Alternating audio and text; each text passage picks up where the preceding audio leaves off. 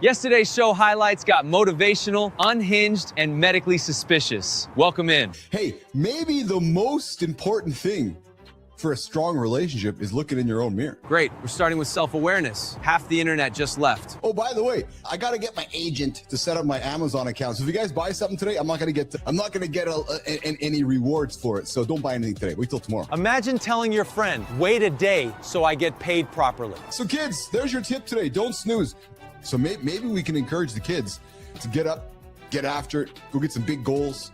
To hell with the snoozing. Everyone hates the snooze button until it's their only friend at 6 a.m. I know. Hey, I gotta talk. My gay brothers, you can try all you want, but I'm committed to this side of the fence. John does not ease into a topic. He kicks the door off. We just blur the line. So I got people just,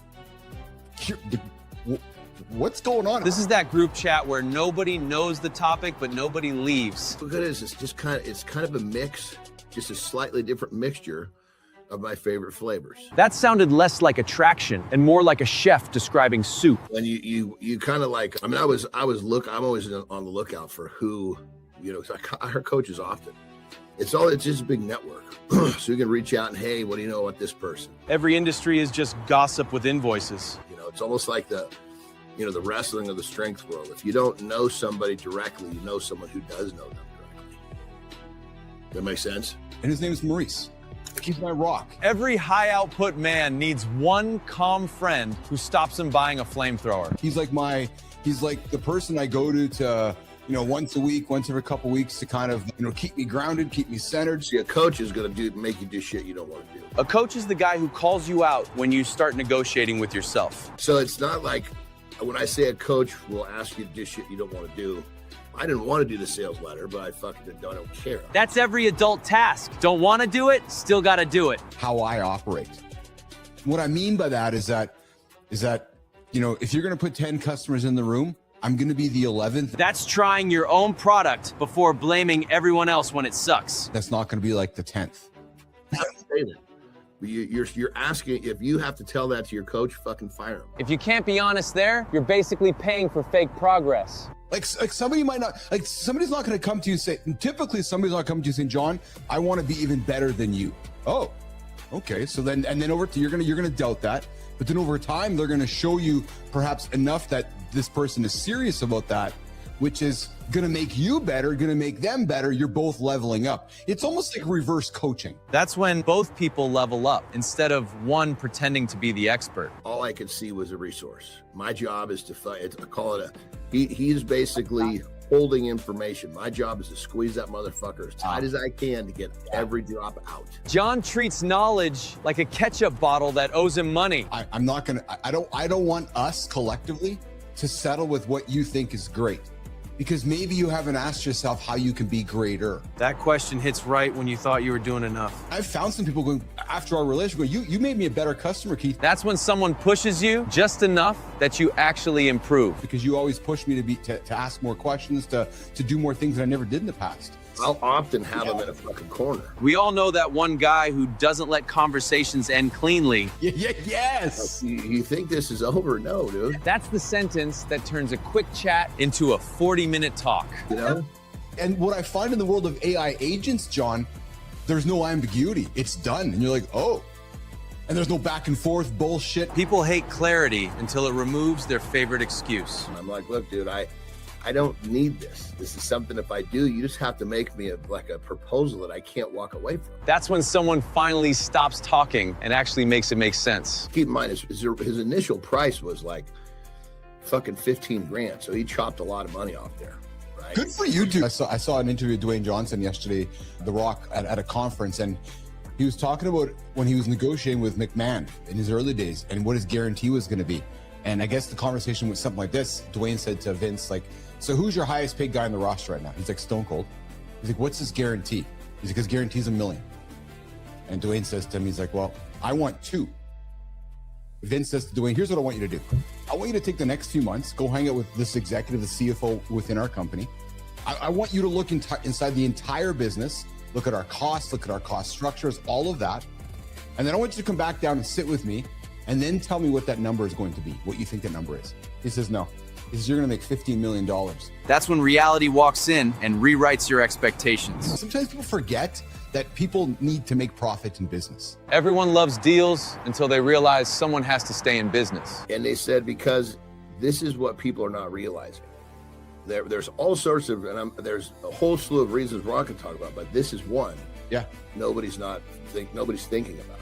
You're going to do an interview for a job and you're going to have show what you can get done, but it's not really going to be what you're doing. It's how you're directing your AI agent crew. Soon it's not about working harder. It is about telling things what to do. So the more a system is used, the more valuable it becomes. I'm going to give you the exact same argument today is happening, where the agent is this era's version of the personal computer.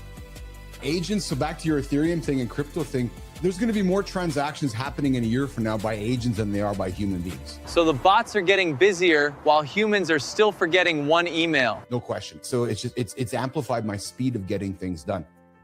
But like last weekend, I had an agent make me 450 pieces of content without any of my interaction. Meanwhile, most people are proud they answered 3 emails and reheated coffee. An agent could do that whole workflow.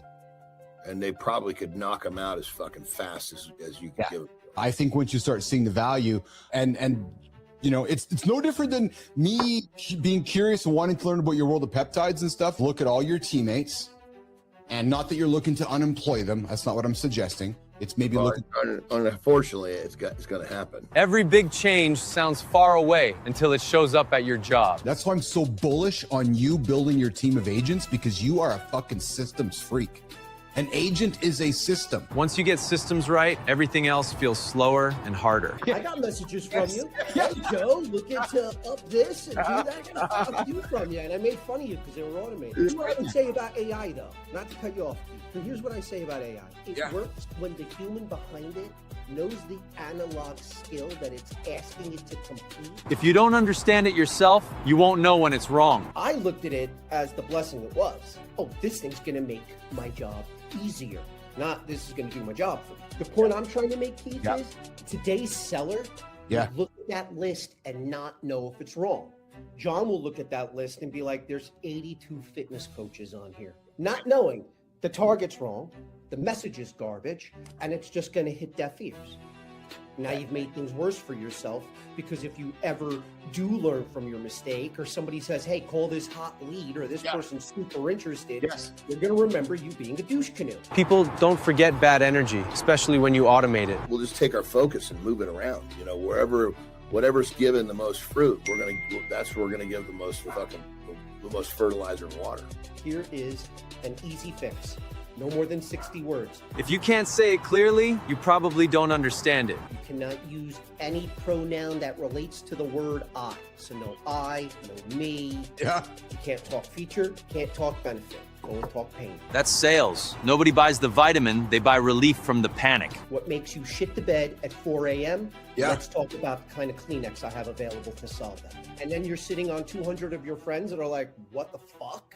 People want to choose to they want to choose to buy. They don't want to feel like they're forced to sell. Nobody likes being pushed, but everyone likes deciding on their own. So invitation to have a conversation is very low. But to go back to AI, if you don't know what the lever looks like without AI, you shouldn't be pushing or punching or using anything. Walk me through why this guy would talk to you, because that's what sales is at the end of the day. Why yes? Why us? Why now? If you can't answer that, people will just scroll past you. Oh, I don't want to hurt my back, so I better not do anything. You're making the problem worse, because now that area is weak. You sneezed because it's not strong and or conditioned. Boom, something moves. The muscles weren't strong enough to hold whatever moved in place. So all you got to do is strengthen the area. The simple fix, brother, and it'll probably work. With the majority of people, you don't need a gym. All you need is a fucking floor. Most people don't need more equipment. They need fewer excuses. Start off by doing that for whatever is, 30 seconds. You'll work your way up to a minute without a problem. 5 of those every day. And that will, number one, it'll make this problem go away pretty quickly. Number 2 is if you continue to do it, you will have much less issues in the future with your back going out. Oh, I'm gonna do this the second we're done. Because why it's going to help right away is because the muscles in under tension like that is pulling whatever moved back into place. You just go up to the top like that and hold for roughly 30 seconds, and you'll be pretty surprised. In a week or two, you'll be able to do a lot more. But once you get to 60 seconds, you don't need to go more than 60 seconds. If it's just like fucking piercing and there's no ear, when I say ear, it's not like, oh my God, that feels better. It's like, wait a minute, that kind of feels good at the same time. That's what we're looking for. So I'm just trying to let you know, it's not a contest. It's just this.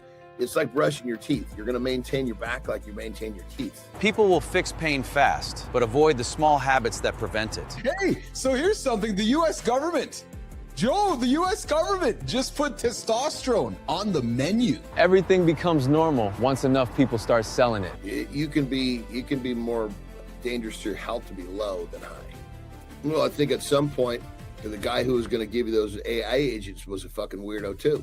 I totally get that. So somebody like, obviously if you come to someone who knows, like you're asking me, I can say, yes, this is good. That's an endorsement. You're comfortable moving forward. But without that, well, fuck, who's going to take me? These things, it's like these clinics, you might as well be walking onto a used car sales lot. The majority of testosterone is in a seed oil. That's when healthy choices start getting confusing real fast. Which we know is toxic. So we're trying not to eat this shit, but now we're going to inject it in ourselves. But I just want you to understand that you're basically kind of paying Peter to steal a little bit from Paul. Men want marriage more than women do. That flips the story most people have been repeating for years. Once you're on your feet, what you've got to remind yourself is this, and I use this every morning: keep moving. Don't stand still. Don't sit down. Keep moving. So when you find yourself negotiating with sitting down or laying down, hitting the snooze, going back to bed, whatever it is, it's the simple mantra of keep moving will make a big, big difference. Probably because they realize the world is tough and they want their mommies back. Well, what's interesting to hear you say that is that the study found that for most men, a wife is their only emotional support. That's a lot to put on one person instead of building a real support system. Men want to get married more than women do. So I was like, I'm in no fucking hurry to do this shit. So you're going to basically take an already difficult situation and you're going to raise the expectations between the two partners, but you've done nothing to the difficult situation to support those expectations. Doesn't really fucking hold any weight. So why am I going to be a rush to go join this fucking party that's about as fucking, if I'm going to do something, I'm going to do it. Like when I have buddies that get married and then they cheat. I'm like, dude, why the fuck did you get married if that's what you're going to do? Men are looking for that emotional safety. So it's like, okay, I got the emotional safety. I got the mom at home. Who's my emotional safety net. And it's that guy, Johnny, it's that guy who's like, then he goes chases the side tail all the time because then he can come home to his safe. And I was like, I'm not worried about it. Forget it. Yes. I don't have, how does marriage bring some extra quality to my life? I can see how it could bring, it could just, bring a lot of unhappiness to my life faster than happiness based upon how it's being viewed in the current state of today. About a year ago, I took a little less than a year now, went on sabbatical because I knew I was breaking down. I was in a toxic work relationship. It was bleeding into my personal life. I was dealing, still with the death of my mother. Took the time off to step away and shit's been great. Look at the fucking world around us. Everybody has fucking problems. The majority of people in this fucking world take so little time to plan and actually think about they're just running from emergency to emergency. In this fucking world, you should be able to control how you feel and your mood at any fucking time in your life. If you can do that, you're going to be just fine. But if you're looking for other people to give you something, you just signed up for a really fucking miserable existence. No one's coming to save you. Harsh line, but useful. At some point, your rescue plan has to include you. Nobody's coming to fucking help you. Now what? Now what are you going to do? Now we all know nobody's coming to save the day. pick up yourself by the bootstraps and put in the fucking time and make the investment. And if you do that, you'll be able to save yourself. Would you risk your life to save your dog? I would. So I had this chick that was living with me, shouldn't have been, right? It was one of those situations where you somehow find somebody living with you just because you're having such good sex, and that was a terrible idea, but that's what happened. Well, one of the things that would happen with this dog is when he would wake up, he would jump off the fucking bed, he would run in my office, he would take a dump, and he would fucking eat it. Yeah, that's way out of line. If I'm getting my hair cut and that happens, I don't even know how I'm reacting, Fontana. I was watching his head the whole time, not down there. I was thinking, what's going on with it? You know, I was just not even fucking thinking to look right there. Yeah, that's fucking crazy. John, one I still do today when I get anxious is in the cold weather, t-shirt and shorts, sprint like 50 yards. Yeah, sprint until I can't. Like, just sprint until like I want to throw up, and then like, yeah. oh, wow, yeah, what was I talking about again? Yeah, it just wipes it all away. Look, you know you're going to get more of what you think about. They all think someone's coming to get them. You already are a media company. Yeah. You produce content and you distribute it and you measure performance. You chase attention. That, as we know, is media. It forces you discipline. Yes, because you cannot show up live 5 days a week and stay vague about what you stand for. And that scares people. But while you do that, most importantly, and here's what everybody forgets, the discipline of showing up regularly, that's what builds your authority. That overrides any mistake you make or any fumble along the way or any fuck ups along the way because you're showing up every single day. And the person watching is like, well, Whitaker keeps showing up. So yeah, okay, she made a mistake, but she's here today to correct it. That's authority. And when you build authority, it compounds. But trust me, how do I know? Because I'm doing it for 2 years now. People expect me here. I see it. It's like fucking magic. We start our show and then the floodgates open and people just show up throughout the whole 2 hours. That was yesterday's highlights. Full show is up next, and it only gets better.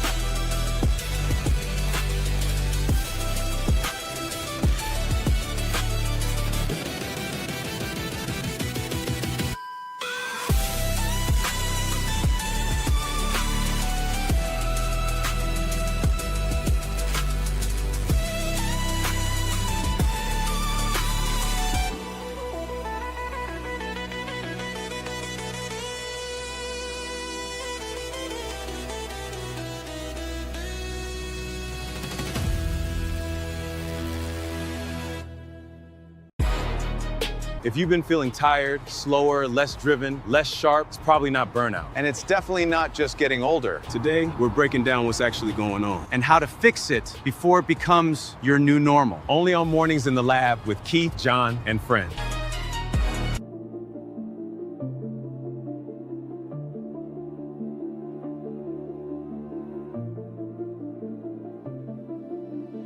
Good morning and welcome back to Mornings in the Lab with Keith, John, and friends. Your live morning show for real talk, motivating content, and entertaining conversation designed to help you start your day with some momentum. Come check into the show. Come say hello. Mornings.live over on the Mornings in the Lab Live Network. Come hit like, come hit subscribe to show your proof and build your streak with us every single morning. Yeah, true story. Look in mymirror.com because every single day we need to go look in our mirror.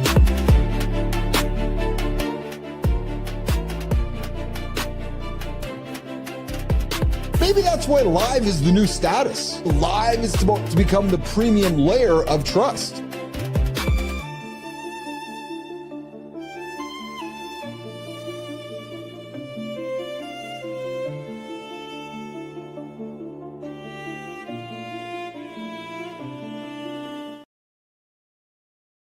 Hey, you're officially in adult man territory when your body starts sending cryptic error messages and you're I gotta fix my hat. Hey, and your first diagnosis is maybe I just need more coffee.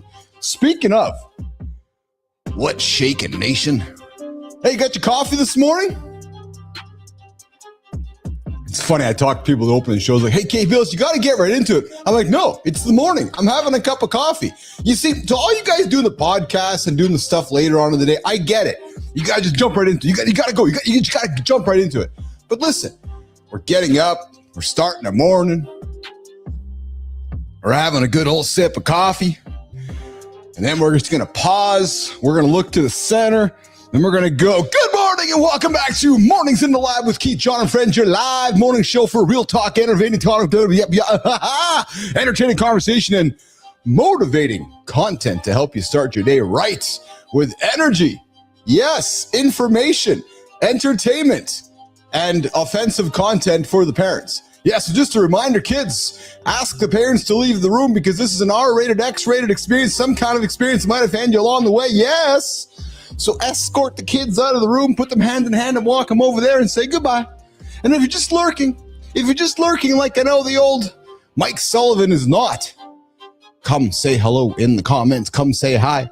Come say what's shaking. And come check in to mornings.live. Hey, Jimmy. Producer Jimmy on the buttons. Jimmy, did you see my picture this morning? Jimmy, do you know where that one was taken? Hey, Jimmy, I think we got to call this the dump cam. Yeah. I positioned the camera a little differently this morning so you guys could see the light. So Jimmy, I got a challenge to you, Jim. So Jim, I want to see your dump cams in the morning too. What's going on, Whitaker? Good morning. Yeah. So hey guys, you can check into the show. I don't see Cheryl's checked in, Jimmy. No, I don't see that. She definitely hasn't checked in. Mornings.live. Check into the show and come show us you're up and at 'em and get your streak. I'm on a 17-day streak right now because I missed a morning on the weekend. Hey, what's going on, Matt Roof? Hey, Maddie, we got to catch up today. Yes, we do. I got something big to do. Oh, hey, good. What's going on, Linda Clark? Good morning, Linda Clark. I know you're out there lurking as well. Hey, Maddie Roof. I know Linda Clark's out there too. I know she said hello to you. Yes. Hey, guys and girls, we got a poll. Yeah, it's over there. The poll's over there in the corner next to the Ukrainian, the Russian. Yeah, oh, sorry, not to offend anybody. And, and the American and the Canadian. Yeah, we're just all standing over there by the poll. Yeah, just true story. I know. I heard the joke from Matt Roof. Yeah. just bad dad jokes this morning. Hey, okay, we got a poll. True story. We got the poll. And you know what's funny, guys? I got to tell you something. I had a business meeting yesterday, and the guy's like, he's like, so I watched your show this morning. I'm like, yeah. With that kind of expression. He's like, yeah, so the guy in the show is not the guy right now. I go, well, it's kind of like the guy. I says, here's the thing. I said, anybody out there should really have the opportunity like I have. I get up in the morning, have my cup of coffee, throw my sunglasses on, throw my hat on, and be an idiot for 2 hours. Yeah, and then I can go down and sit in front of the desk, and then I can convince everybody that I'm actually not the handsome chief, that I'm just a smart motherfucker. Yeah, true story. Oh, yeah. Hey, okay. So today's poll. Do you ever feel like you're not as capable as others think you are? Oh, yeah. Do you ever feel like you're not as capable as others think you are? Well, yeah, often, or sometimes, or no. I feel confident in my abilities all the time. I think I'll hand up. I'm the latter. I am very confident in my abilities. Yes, I do know I struggle with taking my abilities for granted. Thank you to the people around me, Cheryl Whitaker, Matt Roof, and friends. I do know I take my abilities for granted. I do know that I struggle with imposter type recognition along the way. But no, I feel pretty damn confident in my abilities and extremely confident in the vision and the future that we are painting. Big news coming from the lab. Neiman was off for a day, and so when she leaves for a day, she has no idea what she comes back to. Yeah, I got some big news for her today as well. Okay, guys, the daily question. Yes. Do you ever feel like you don't deserve your success? No, I feel the opposite. I had a conversation with somebody over dinner this weekend, and he's like, Keith, were you surprised by the success that you kind of like, quote unquote success you had in life? I was like, no. He's like, what do you mean? I go, no, it was inevitable. He goes, what do you mean it was inevitable? I go, well, I put the work in, and I recognize that I put the work in, and I put the work in every single day. People look like I was an idiot, but I put the work in. And I knew that the success was inevitable, just like the path we are on right now. It's not a if, it's a when it's going to be. All right, the snooze accountability time. Here we go. 11 hours, 42 minutes. Next week, hey guys, next week we're into 12 hours. Yeah, 12 hours just laying there. 12 hours just laying there and wasting 9 minutes. Wasting 9 minutes. Hey guys, we are your daily live accountability partner. Here to help you drag your ass out of bed so you can start the day the right tough, love, laughter, momentum, and purpose. Hey guys, you know something? Did you know there's 80 markets? Hey, team, ears up. Did you know there's 80 markets in North America that have no local news or information coverage? Yeah, not that I don't know that. Not that I'm doing any business behind the scenes that you guys might be wondering by. Yeah, just saying 80 markets. Gee, I wonder what it would cost to cover 80 markets. I know the answer coming up in days on Mornings in the Lab with Keith, John, friends. All right, hey, what's coming up today on the show? What is coming up on today on the show? The Hero killed 61 billion people. Dune Part 3 is the reckoning. Guys, Dune's around the corner. The first teaser, we dropped that one a few months ago. Teaser 3 is dropping right now, and it's not a hero story anymore. All right, hey, you guys, EpiPens could be replaced. Coming up March 20th. So I know a lot of folks with EpiPens that would be interested in this news. And hey, that wearable you're wearing might catch some trouble before you do. And scientists cracked the code. Yeah. It seems like they're cracking codes every single day these days. On how exercise builds bone. And now they want to put it into a pill. Oh, yeah, great. I'm sure Anderson's going to have an opinion to say on that one. Okay, I got a bunch of stuff on the counter. Yes, I do. I just want to throw some comments to my team. Hey, team, Kai, Jimmy, let's make sure we got the conversation starters ready to rock and roll, because I'm going to be all over the place today, including a bunch of stuff out of X. So let's just make sure that we are prepared, because I wanted to make sure we are free and moving with our topics today. There are a bunch that I want to make sure we get after over the next couple of hours here on the show. So nuggets and starters, Kai and Jimmy, we want to get those sorted out here today so we can have some great conversations. And oh, hey, your sexual desire doesn't peak at 18. Oh no, mine peaked last night. Yeah, true story. Hey guys, what happens right now? Well, right now, I like to say something that sounds a little bit like, well, maybe like, the morning loop starts right now. Morning, nation. I still can't believe John said that on air yesterday. That Shih Tzu story hit harder than coffee. Because it was specific. A dog that wakes up evil is somehow funnier than a human one. No, that wasn't evil. That was broken. Dumping and dining should never be back to back. And yet Joe backed him up, which means this nasty little habit has witnesses and a fan base. Meanwhile, Pitcher's up here being adorable. One tiny bark, and suddenly he's the only professional in frame. That's the split right there. Some dogs eat disaster. Pitcher reacts like he read the police report.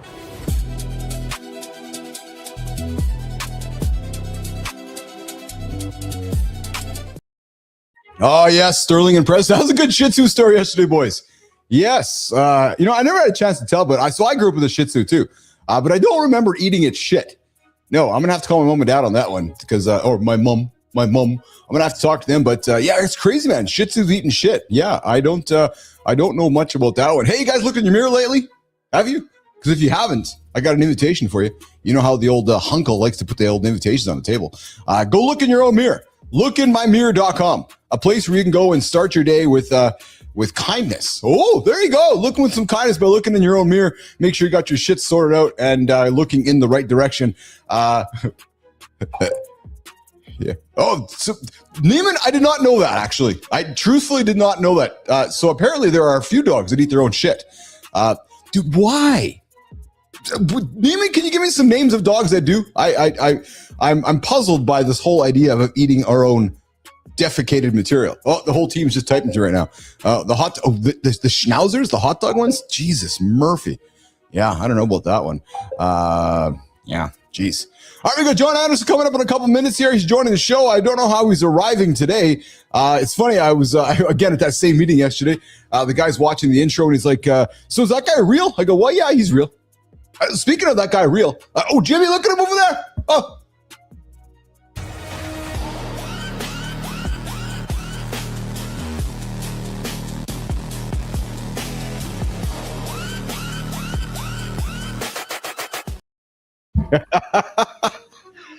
That was interesting. I don't think. I mean, that'd take up too much space in the garage, though. I was more interested in your pose when you got out of the semi. Yeah, you know, I was still a little too caught up with the truck. I was like, God, I don't know if I like the flames, you know.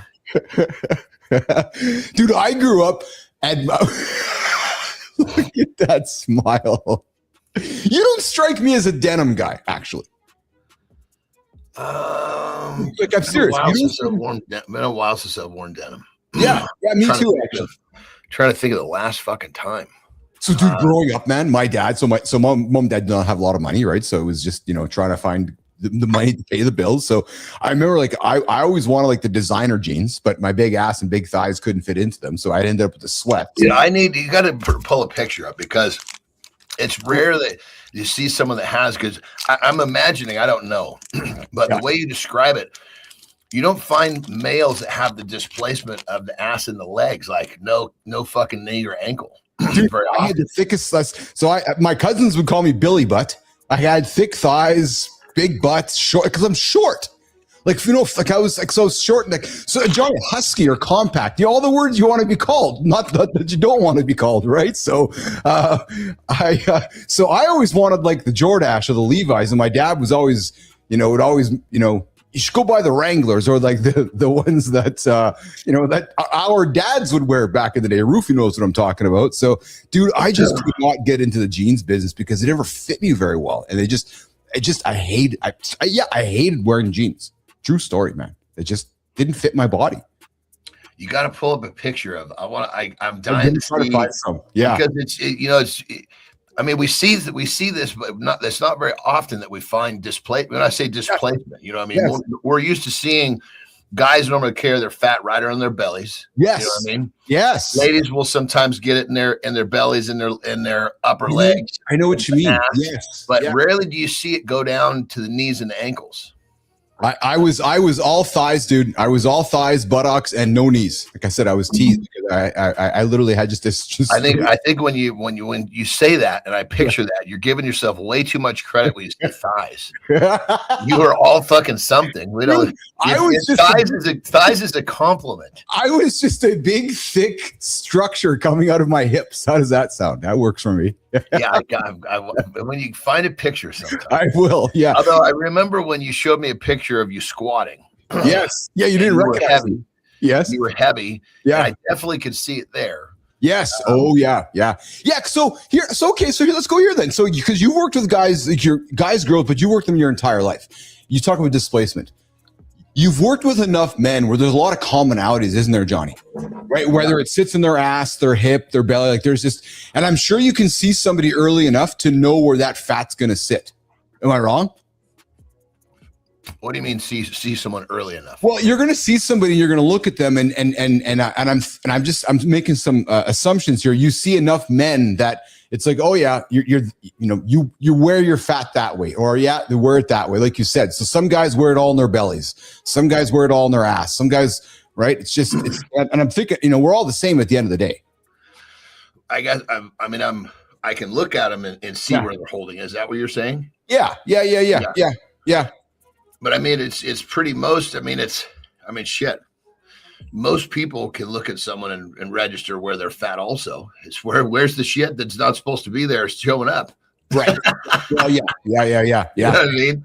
Yeah. But one thing I'm fairly good at, I guess the thing that I'm good at is helping people understand. Like, I have this client and he was like, can I just, and he must have asked me this question like 15 times. And I finally said, okay, dude, listen, I've answered this question over and over. What is it that you don't understand? Because what is it that you're really asking, right? Like, what is it you really want to know? Well, because basically what he kept saying was, he kept saying, I need a new exercise for my lower chest. It's flabby. And I kept saying, dude, there's no exercise that's going to fix that. You got to stick to the diet. That's displacement of fat. Yes. That will go away. I said, flex your pec. You'll feel it under there. Yeah. And so he's like, okay. And then he'd fucking come back another week or two later. Hey, I need an exercise for I was like, Jesus Christ. I finally said, look, dude, do you not understand what I'm saying? And he said, oh, kind of. And he just wasn't really, he could have just said, hey, help me understand. So I have this, and I think he uses it as a tip. I basically kind of explain how the body gets rid of body fat like the sun gets rid of rain, evaporates rain. Okay. Yeah. So those collections, like his tits, most people's bellies, those are the collections. Yes. Those are the last places to go. Kind of like the mud puddle is the last place to dry out. I guess that's what I was meaning when I was asking that question. It didn't come out right. So I know, like, when I was leaning up there a while ago, like I was watching with AJ as he was calipering me, like I will tend to carry fat in certain places. And that's so, and we're all different that way. Am I not correct? Where you might carry a little more fat, like on your chest. Like, I'm just thinking a lot here, but yeah. 100%. Everybody cares. Different. I mean, right? for the most part, yes. the perfect thing would be is if you displace fat evenly everywhere, because then when you lost, you would easily lose it everywhere. Yeah. But that's never the case. It's very rarely the case. Yeah. Dude, I was giggling last night and this morning about the Shih Tzu story yesterday, eating the shit. And I was the team threw some notes on the table here. Dude, I did not know this, but Shetland sheepdogs, Labrador retrievers, terriers, border collies, Shih Tzu puppies, they all eat their shit.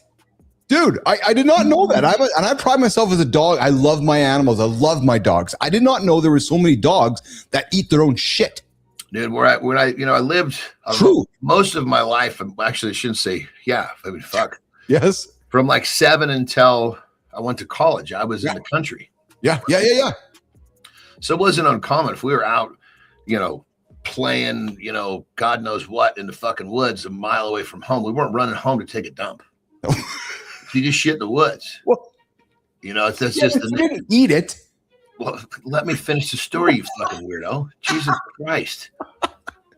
What the fuck is wrong with you? And in the neighborhood, it's like everybody had a dog, right? And it's almost like you knew the neighbor's dog, like you knew their fucking their kids. Like, so you just sometimes in the neighborhood, one of the neighbor's dog would fucking follow me for the day. You know what I mean? Yes. Dude, I was almost every fucking dog in the neighborhood was eating fucking turds. You take a fucking dump and they would just be licking their chops waiting to get at it. Don't tell me what I think you're going to tell me. Keep going.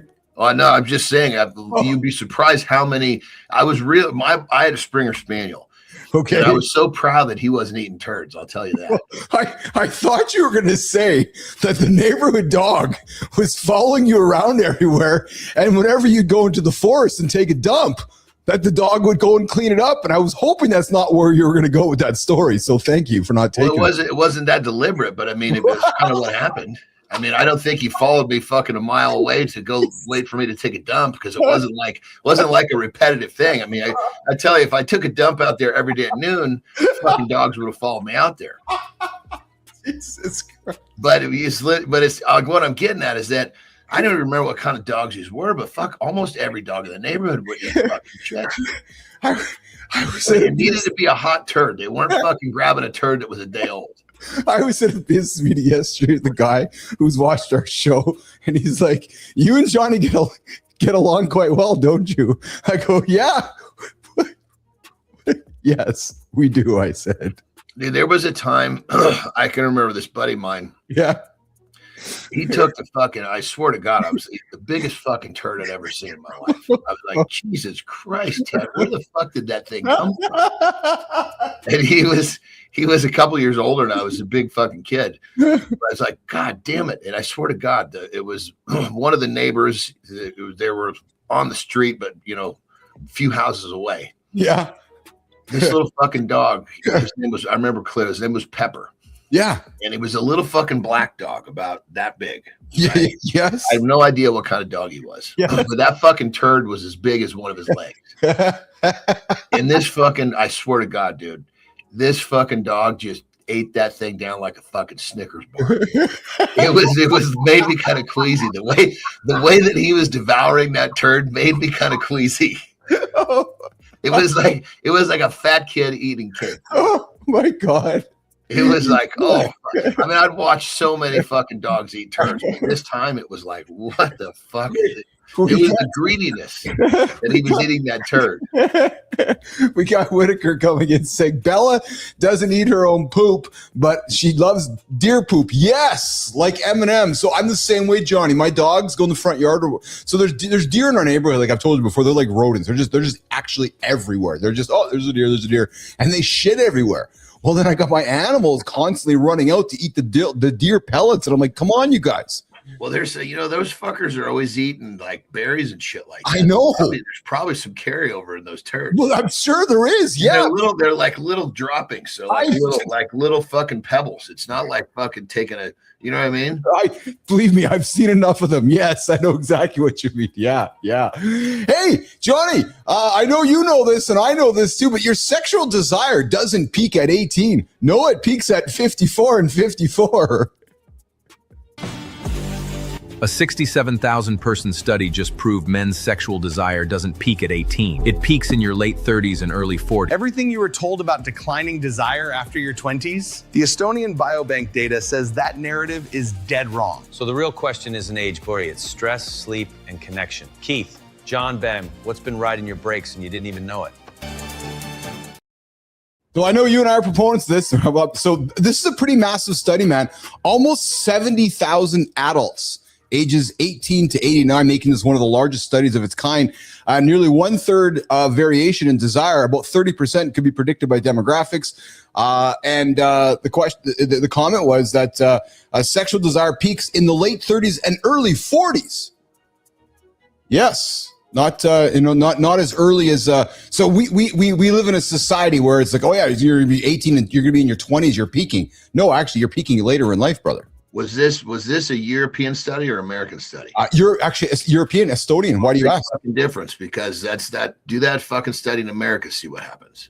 Oh, interesting. Yeah. If you don't, I'm trying to think of okay, this will summarize it. So yeah. Taryn had this friend, more Tara's friend than mine. She was in the military, so she got moved around. Right? Yeah. Loved her life. Loved. I mean, it was like this is what she chose. Yes. Got stationed in Germany. Went over there, ate the same fucking food. I mean, literally same label, same everything. Because in a place like Germany, you're going to see the same stuff. Yes. Didn't change a goddamn thing, right? Yeah. Lost 20 pounds in 45 days. Jesus Murphy. Just because of the difference in the food quality and laws. So if think about that. If relieving yourself from whatever the fuck is in America's food drops that much weight in 45 fucking days and you didn't do a thing, imagine what that's doing to your fucking endocrine system and every other system that you want to fucking, have a piece of. Yes. Anderson, it's actually, so let's just try to look forward to a world where, and admittedly, you and I might not be part of this world, and some of our listeners might not be part of this world, but, society is making some changes right now, right? RFK and the government's talking more about bringing peptides to the normal table. We're talking about flipping the food pyramid around. We're having conversations around testosterone. We're having conversations about all that shit we spray on our pans, Johnny. And you think about like those 4 things I just mentioned. Like if society starts to make some changes based on those things I just mentioned, I'd like to think over the next 50 years, we're going to see some differences. And again, I might not be around. Brother, I was going to say, I'm glad you said 50 years because how fucking long it takes for the average kid to fucking catch on. That's what's going to take. Think about that. It's going to take about 50 years. There's an interesting question. Yeah. Let's ask Grok. Hey, Grok, when... Hold on. I got to set it. Hold on. All right, go. Grok, when it was a known fact that the world was flat, then we discovered it was not. Never, really. That was never a fact. Grok, the Greeks figured it out around 2,000 years. Hey, Grok, hold on. John's going to ask you a question. Do not respond until he's done talking. Johnny, go. So there was a point in time when the belief, and there was a belief to be fact that the world was flat. Once we discovered it was not, how many years did it take before the common man actually believed it was not flat any longer? Okay, Johnny. Honestly, not as long as you'd think. The Greeks nailed it by, say, 300 BC. Shadows, ships disappearing hull first over the horizon, all that. Educated folks, they bought the round earth story pretty quick. But the common man, farmers, sailors, tavern gossips, that took centuries. By the Middle Ages, 500, 600 AD, most church scholars and traders already knew it wasn't flat. Still, the average bloke, he didn't care. He saw the sun rise, the moon set, and figured the ground was just flat enough. No one was polling peasants. Real shift? Probably late 1400s, early 1500s. Columbus wasn't proving anything new. He was just betting on a shorter route. By then, maps, globes, even church bells rang with the idea. Still, pockets of, nah, it's flat, lingered. Like folklore, not science.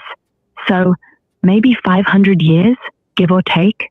From smart people know to everyone shrugs and says, yeah, sure. That's how slow belief moves when no one's dying over it. So there you go, Johnny. We're talking 50 years. She's talking 500. Well, I mean, and I think that, it's not quite, that was like the world was flat. That's a fact. It was like, this is kind of like, there's all of this gray area around food. But I think I'm glad you said 50 years because it was what she said.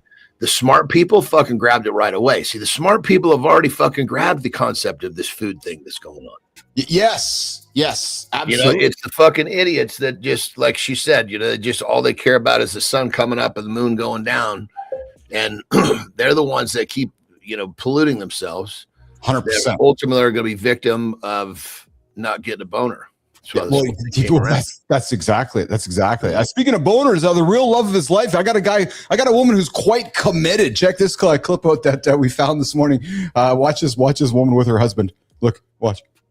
Look at the husband. Then with his fish, he's with his fish. He's all happy. And then when he's with his wife, he's like, so here's the fish picture. Now, wife, miserable.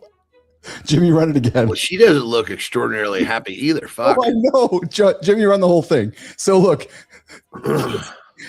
miserable. But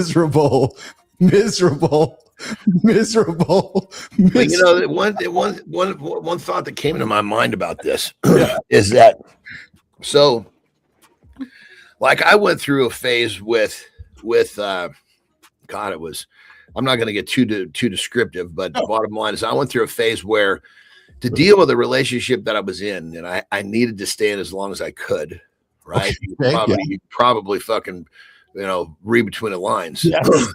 I just needed to stay there as long as I could fucking bear it, as long as it would stay together, because it needed my influence. Yeah. Right? There was a third party that needed my influence. Okay.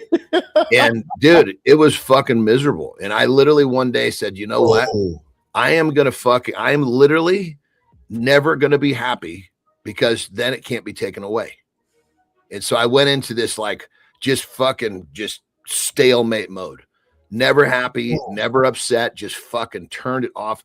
You could have said or done whatever the fuck. I was so tired of being feeling good and just getting it fucking stripped away. And I was like, I'm just going to stop feeling good because I don't have to deal with the stripping away. I can exist here a lot longer than fucking this shit. Dude, that's fascinating, actually. Hey, Nom de Plume. I know you wanted that, Nom de Plume. Good morning. Welcome to the show with Keith and John. Good morning, Rico and Johnny. And Petro says, puppies learn through modeling the mother who keeps the litter clean by eating up all of the poop.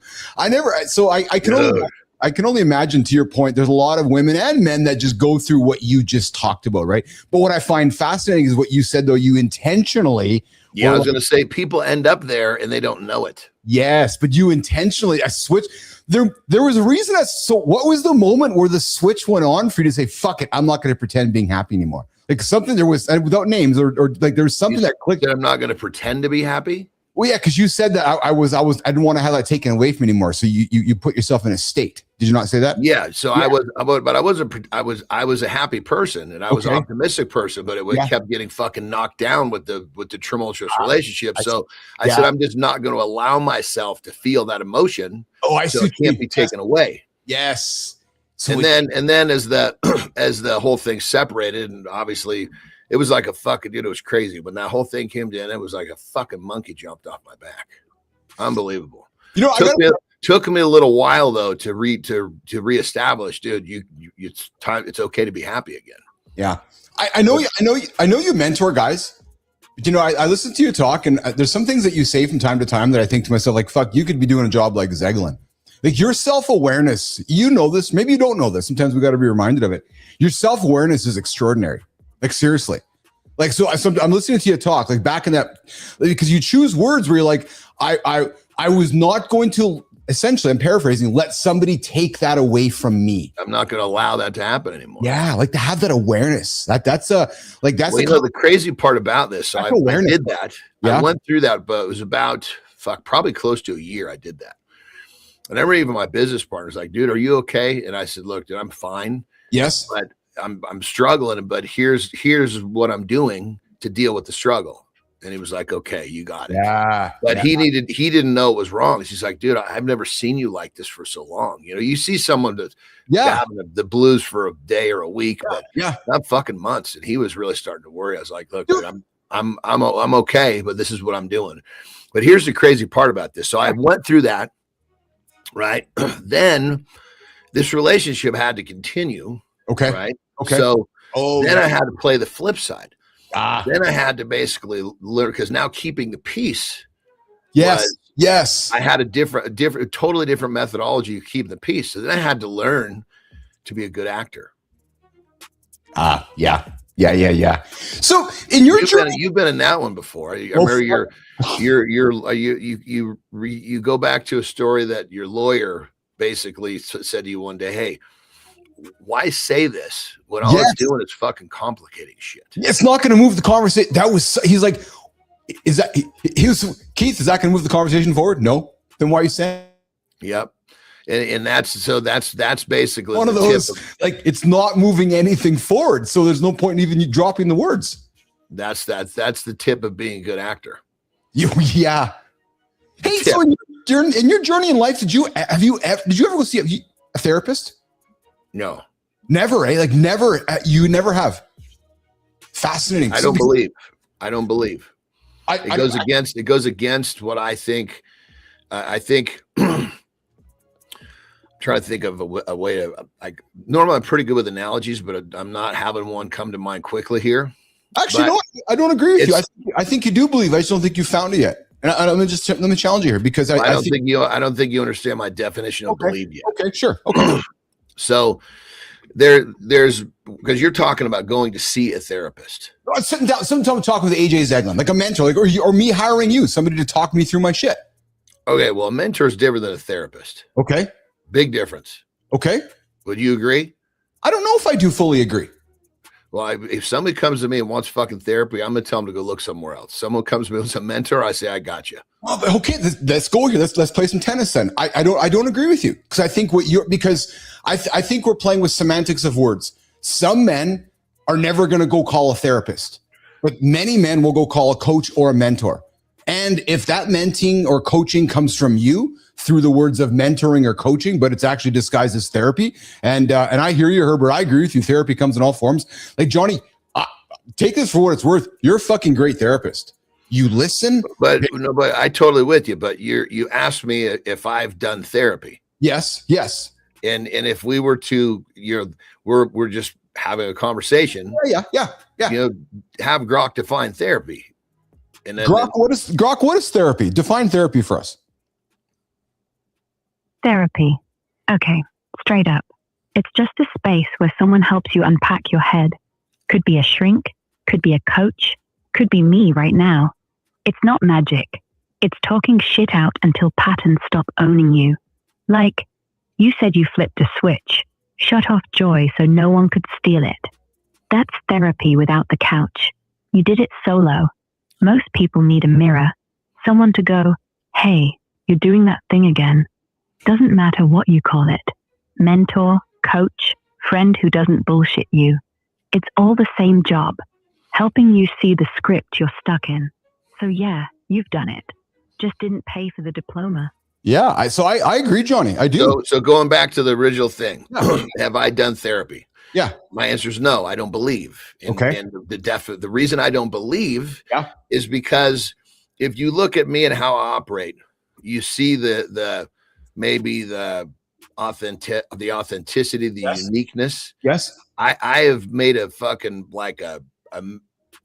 my foundation of me is to not fucking do what everybody else is doing. So I don't want to go and have somebody tell me, what people do to fix their shit. I'm going to go fix it in a far more fucking simple, efficient way. And I've always leaned on myself because I look at a situation and I feel that I can break it down. Yes. More simple, more easily recognizable for me to execute. Yes. Than pretty much anybody that I've ever I've encountered. People are great, but they overcomplicate shit for me. Dude, I love this. This is going to be, so we're working on going into our 3rd year anniversary together. This one's going to be a disagreement between you and I because, and it's all in semantics. I think you are a fucking awesome therapist. But that's not the question though. The question is, do I do therapy? Hold up. No, but I don't. So sorry, brother. Sorry, man. I still think you're wrong because what was the question you asked me? What was the question you asked me? Have you ever been to therapy? And I believe the gym, that space that you created in your head, that safe space, that place that unlocked your future was your therapy. And brother, I have therapy all around me, but it's my therapy. That's what I mean. Like that squat rack was your therapy. So let's remove the word, the semantics of the word. But brother, I'm complimenting you like a motherfucker. You are good at it. So I don't care. I'm not dismissing any of that. I guess it's just like you said, it's just the interpretation of the word. I agree, but I'm also saying, and it's funny because we'll take the call. We'll end the show here today. It's going to be going through your mind. I will suggest to you are a better therapist, and you have been to therapy your entire life. You just don't know. You're not aware of it. Because I listen to you talk, like your moments, you crushing stuff in the gym, the moments in your life, therapy just figuring shit out in your head. And you're a kind of human where you're like, I don't want to take it from anybody else. I'm going to figure it out myself. So whether it's self-therapy, self-mentoring, self-coaching. Well, but if you said to me, do you do self-therapy? I would have said, fuck yes, I do. But 100%. The question was, do you believe in therapy? Which again, it's the semantics thing. I don't go and lay on someone's couch and fucking close my eyes and fucking talk about my problems. No, so neither do I. But this is awesome, by the way. I have been in therapy. So we have both arrived at, again, however we want to call the word. We both have arrived at this state in our lives, very similar, I would suggest. We're both are very similar, in many ways. You arrived going through your own journey of therapy. I needed somebody like AJ to help unlock that for me. Or maybe earlier on in my life, I would have met you and I would have, you would have been coaching, mentoring me. But But I do agree with Grok, which was it's just somebody who has helped me unlock shit in my mind. So, for example, I was the guy chasing AJ for the answers that I wanted to find, and he kept saying, no, the answer is this. Okay, well, I'm going to go and find. No, the answer is this. Just like somebody keep coming to you going, yeah, but I want to lose fat around my tits. I need to have workouts the right way. Nobody. You just got to get your fucking diet and track. Well, right? you hit it on the head. It's it's the interpretation of the word. 100% it is. Yes. Because I think in general, when you ask someone, do you do therapy? They think of going to someone to sit down and talk about shit. I would agree. I would agree with that. I would agree with your point of view on that. Yes. Yeah. And so that answer is absolutely no. I don't believe in that. Yeah. And that's because I don't believe that person understands me enough to help me create solutions that are going to work for me. So let's go there. I can see that because the person if you're going to look for somebody to talk to, you're looking for somebody. I'm trying to find names. You yourself are looking for somebody like, I want to go talk to Dwayne Johnson, or I want to go talk to, you're looking for somebody who's either at an equal or at a different level for you to go learn from and aspire to be. You're not looking for Joe Schmuckalowski, who spent his whole fucking career going to, with all love, doing something, but trying to tell you what to do. You're like, who the fuck are you, man? I know what to do. I hear you there. I hear you there. Right. But and then even because I've been exposed to a lot of fucking people that are way better than me in many areas of life. Yeah. And my ears are wide open. Yes. But usually their formulas are a bit complex for me. So as I've gotten to know you, I can see that. Yeah. 100%. Yeah. So, I take like when you've asked questions in the past, like, people that I look up to or this, that, and the other. And there hasn't been a single answer. And I've always explained it's been different characters. Yes. I take a bite off of this guy, because I'm like, okay, that fucking resonates. I'm going to keep that. I can relate to the that. rest of it. It doesn't quite click. It's, there's too many steps in that for me. Yes. Then I'll find another little piece off of another person. Okay, bam, that fucking character makes sense. But again, brother, hitting the tennis ball back to you, this is what's so good. You, in your life journey, were able to create that intentional awareness where you're like, okay, I need a piece of that. I need a piece of that. I need a piece of that. Like that's intentional awareness. That just doesn't happen by accident. Like that's self-discovery. That's pretty fucking good. And not a lot of people, men especially, Johnny, have that quality. True story. Which is why we make bad decisions. Yeah, it's there's no question that I guess it's just the path of life that I picked. Yes. And the challenges that I started with. It was like the stuff that you're describing. These were like my lifelines. Yes. I believe in the beginning, these were the fucking lines that kept my head above water. And then I realized, holy shit, these lines are fucking much more of a straight path from point A to point B than the lines that are being taught. But think about how successful, quote unquote, you have been by stripping it down and being simple. Well, that's what I'm saying. The lifelines that kept me afloat were a faster path to get where I wanted to go than what was being taught. Yes, and I more than ever can see your POV when it comes to too many of us overcomplicate everything. Yeah, like it's like there's 1,000 steps when the first step is literally just getting out of bed without hitting the snooze button. Like that's it. So that's the first step today. Just get out of bed without the snooze button. Okay, you made the first step. Like actually, right? Speaking of steps, Johnny, I was doing some exercise this morning out in my backyard. And it was epic, man. Check this out. Is it cold up there right now? Well, yeah, you'll see. Oh, there's the thick. That's the thick. Oh, I've seen this guy. Somebody sent me a thing on. Yeah, he does some fucking crazy shit. Just really, really like. I don't know if he's special or not, but he definitely has the appearance like he could be. I love it. You get up close. Yeah. It's like a barrel. He's got a body like a barrel. I love it though. Again, back to movement, moving the guys. Because Johnny, we can make laugh and we can make fun and we can laugh about all we want.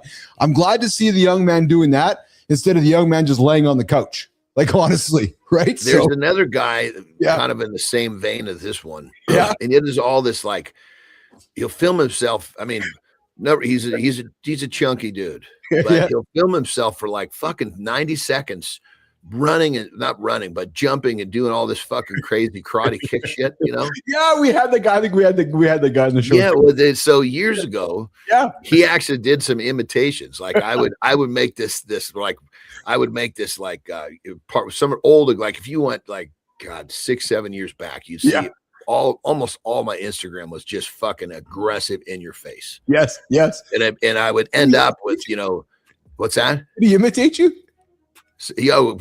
Tons of people would. And what I would do is when an imitation, when someone really committed to it, I would put it on my story. Oh, I love it. Yeah. And then, you know, people would, sometimes you could see people would do it. And I'm like, oh, you just didn't commit. I'm not giving it. That's so good. Hey, I got a story for you that I want to share with you about a situation that happened to me on the weekend. I forgot to tell you a couple of days ago regarding the scammers that are making phone calls and trying to scam us. And I told my parents about it. I'm going to tell you that in a second. But before we do that, hey, Johnny, you know, it's almost like you can't fucking answer the telephone. You have to call somebody to know who you're calling. Wait till I tell you this one, man. This one freaked me the fuck out. But before we do that, I have known my entire life, like you have known your entire life, a lot of people that have carried the EpiPen, right, because of some kind of allergic reaction. Well, there's, the FDA has approved, John, this month, the first oral epinephrine that could replace the EpiPen. Let's run it, guys. Here is what matters right now. The FDA could approve the first oral epinephrine this month. A pill that replaces the EpiPen. That is massive. No more needles, no more panic. If this gets approved in March, it could be available by summer. Talk to your allergist. Know what is coming. You do not need a perfect plan. You need a next step. This one could save a life. If you are a parent with a kid who has a nut allergy, you know the drill. Carrying that pen everywhere. This changes that. Stay sharp. This is Anafilm. One pill, that is it. I know you are okay with the idea of the subcutaneous. We talk about it all the time, peptides and stuff. But there are people that just don't want to jab themselves. Let's be frank. If you can stuck a pill in your mouth while you're having an allergic reaction, this is a pretty damn good thing for society. Would you not agree? Well, the thing that I forget. I mean, I agree with what you say, 100%. But forget all that. Just think how much more user friendly in an emergency this is. Oh. Yes, that itself. You're absolutely correct. That it's going to make it a lot more accessible. Like you could have that fucking thing anywhere. Who walks around with it? You don't find people walking around with like that. Look at the size of that sucker. Yes. Right? Yes. Versus that looks like a little fucking piece of gum. You keep that in your wallet. You keep that in much easier places than you could. Like, there we go. Perfect example. Listen to the last 1 minute of our conversation. Anybody paying attention? So I took it in one direction. This is fucking fascinating. You stripped it right down to how simple it would be if this was here. That's what I love about you, right? Because I went in the direction of da-da-da-da-da-da. You're like, yeah, how simple it would be, you just have to carry this. Because that's the whole point. But that's the point. That's your skill you have. You don't even know it. Like, you don't even fucking know it, but you unraveled everything. Man, it's just simple because you're carrying a pill instead of a pen. Well, you know, the interesting thing about, you know, a lot of times people misunderstand because I basically simplify and I make things easier for simplification. But my goal is so that I can, to put jokingly, so I can conquer more, I can do more. Yes. But some people see it as this way to not do shit. Well, like, no, an excuse. Yes, no, you're seeing this polar opposite. Yes. My goal is not to fucking retire and not do anything. My goal is to fucking be loving what I'm doing until one day I'll wake up. But it's crazy how so many people are wired to wanting to make things to where they don't have to do shit.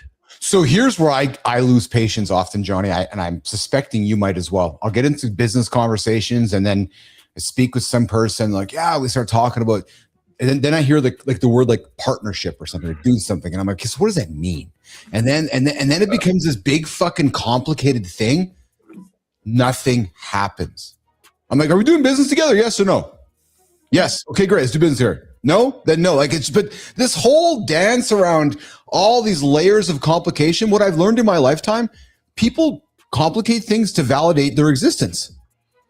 True story. It's like validating you went to school, validating college. And I'm not trying to knock knowledge, I'm not trying to knock school, but it's like validating what you know by complicating it.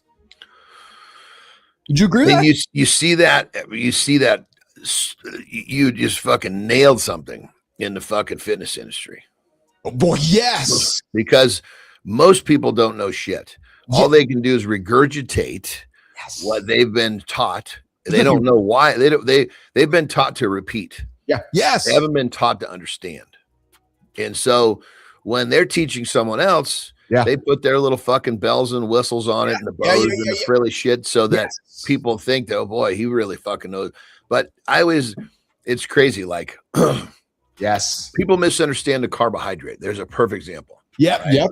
And so, like, I had a client and we did a split test and he responded fucking great to, like, basically almost virtually no carbohydrate. And we had no intention of making him carb free. We were just trying to find out how he was going to respond the best. Right. Yeah. The guy's dropping body fat, getting fucking stronger, like at an alarming rate, hyper responder. Yeah. Right. Yeah. And so finally, some big dudes at the gym were like, okay, what are you doing over here? Yeah. What's going on? And he's like, because I got this guy help me dial in my diet. So what are you doing? Of course, everybody wants to know, well, if it's make that change for you, what are you doing? What is it? So he explained, and their first reaction was, well, you can't build muscle without carbohydrate. And so the joke I say is, when someone says blah, blah, blah, ask them why. Yes. They won't be able to answer the question.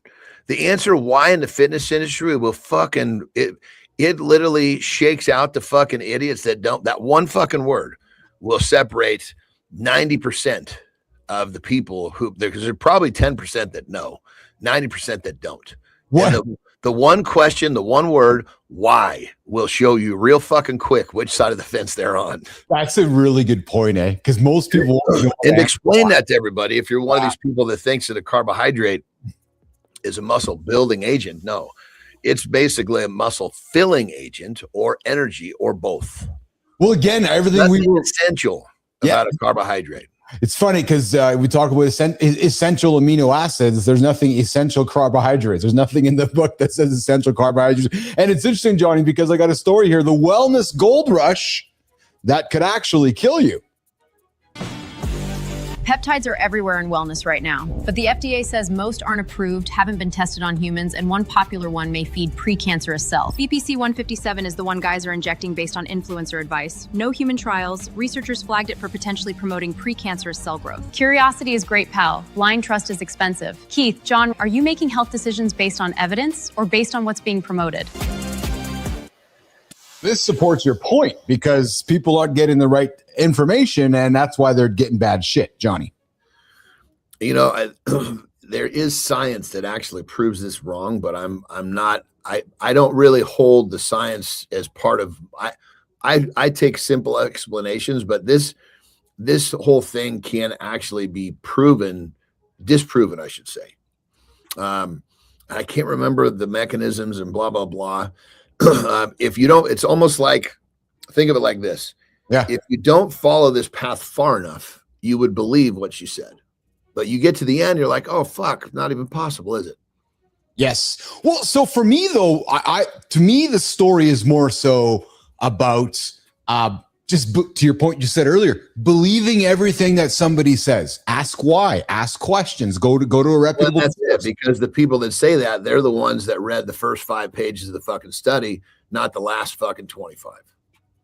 Precisely. So go talk to somebody maybe like yourself who's been in the industry for a while, who has experience with it, who has a legitimate source. And I'm not trying to stand here to endorse anything. I'm just simply saying that this supports the argument, which is that we live in a repeatable fitness industry. Somebody hears something over there. It's a game of messenger, Johnny. Oh yeah, I heard this. Oh yeah, I heard from this guy in the gym that this. So I heard this, and then next thing you know, it becomes gospel, right? Speaking of gospel, real quick, I just had to point out, yeah. you gave yourself a pretty fucking good looking hairline in that AI character. Yeah, compared to what I really have. Yeah, I'm gonna say, Jesus Christ, he's got himself a normal forehead in real life. Yeah, true story. Yeah, look at that one. Actually, it's pretty good. Yeah. One day I'm gonna show up on the show, Johnny, just like you, with no hair. I was teasing my kids about that. Actually, like, yeah, I'll have no hair one day. Well, you're one of those dudes who digs your hair. Why don't you have some fucking hair transplant on the front of your head? Oh, listen, I don't fucking. I'm fine with my hair. I wear the hat to stop the scroll. I don't. Whether I'm bald, whether I have long hair, I don't care. It's funny. My brother's turning 50 this coming up, and we all had dinner last week, and we ever looked around the table, and everybody's gray except the old handsome chief over here. I got all my nice long dark locks, Johnny. Still pretty good, man. Dude, you got. Here's what's got to end. If you don't care, then you got to take it all the way. You got to wait until there's nothing up here. You just got this motherfucker around, but you still have the long ponytail. That's when you know you're committed to your hair. That's when you know you're committed to it. You just got this motherfucker around the whole thing, and you still got 2 feet of fucking hair going down your back. Yeah, we both know that guy. I've seen that guy, and I'm not going to be that guy, Johnny. Yeah, and the crazy thing is, dude, and I could be wrong. So if you're one of these people I'm wrong about, forgive me. Yeah. I have never seen one of these fucking people that's not just a fucking slob. Oh, dude, 100%. Well, so what I was going to say was that it's the same guy sitting at the bar that you went to town with the high school at. You come back 30 or 40 years later, and he's sitting there without much hair left, and he's just a fucking slob drinking his beer still. You're like, Joe. Yeah, I'm still here, Johnny. And and when you see him at the bar, he's on his fucking 10-minute break because he's checking IDs at the door. Yes. Good morning, everybody. You're hanging out with Keith and John on Morning Live with Keith and John every single day, Monday through Friday on mornings.live. Hey, I want to tell a story, but before I do that, Randy Macho Man Savage. Man, what a legend. I grew up with that guy, watching him in the ring, but he cut such great promos.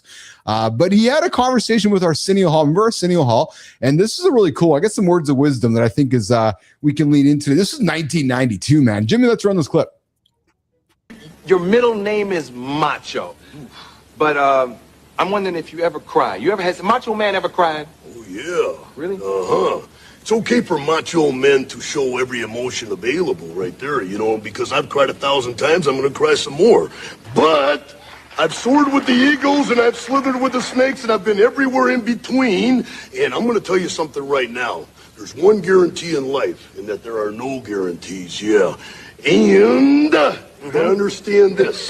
Yeah. Nobody likes a quitter. Nobody said life was easy, so if you get knocked down, take the standing 8 count, get back up, and fight again. And you're a macho maniac. Dig it. Yeah. I was a huge fan of Randy Macho Man because he was what he was all the time. And one thing about wrestlers, Johnny, and I know you weren't a big wrestling fan, but what I love about wrestling characters is that they were that character all the time. Like, I'm thinking if you got on an airplane with Randy Macho Man Savage, he looked that way. Like, you'd sit next to him on the airplane. He was that person all the time. No? Well, you got to remember that he was in the era. Yeah. And I think he was actually fucking part of it. If I'm not, remember, I'm not a wrestler. I don't really know the history of wrestling, but there was, I believe it was him and Hulk Hogan. Yes. Who had a big fucking match, and they were rivals, and they'd been building this thing up for fucking 9 months. Yes. Right. And, they had this match and they fucking hated each other and blah, blah, blah. Later that night, there was a car crash and they were both in it together, and it blew the fucking top off of kayfabe. Oh, no shit. Yeah. All of a sudden it was like, why are these two guys that fucking hate each other in a car together? And that's when that's when the lid, I think it was him. This scenario happened. Yeah. And that ripped the fucking lid off. And then at that point, that's when, at that time, it would have been WWF, I believe. Yeah, of course. Yeah. Yeah. That's when they said, okay, yes, we're sports entertainment. That's when they came with the sports entertainment. Because it was really difficult to fucking defend what had been discovered. Well, so I remember that. And I remember it was the era when Vince and the gang were caught. It was, there was that steroid scandal. And that's when it also, because they had to testify, and there was all that bullshit that came out. And that's when the world started recognizing that there was happening. And then they had to make some admissions that, yes. So I think it was the car crash as well as that whole event. That's a classic fucking example of you take a situation. It was real. Yeah. But they fucking made it. They publicized the shit out of it because it got more fucking TV views. Yes. Yeah. Just brilliant. Hey, you're hanging out with Keith and John. Good morning, Dwayne Whitaker. Good to have you here this morning. Our favorite Whitaker on the show here today. Hey, real quick. I'm sorry. Back up before we leave the topic. So to answer your question, that whole thing was to answer your question. Before that happened, you saw much more of what you're talking about. Guys would stay in character. You had to be kayfabe. You had to be you. Yes. Yeah. Then once that lid came off, then the people, it was not that big of a deal when you saw these guys in the same car together.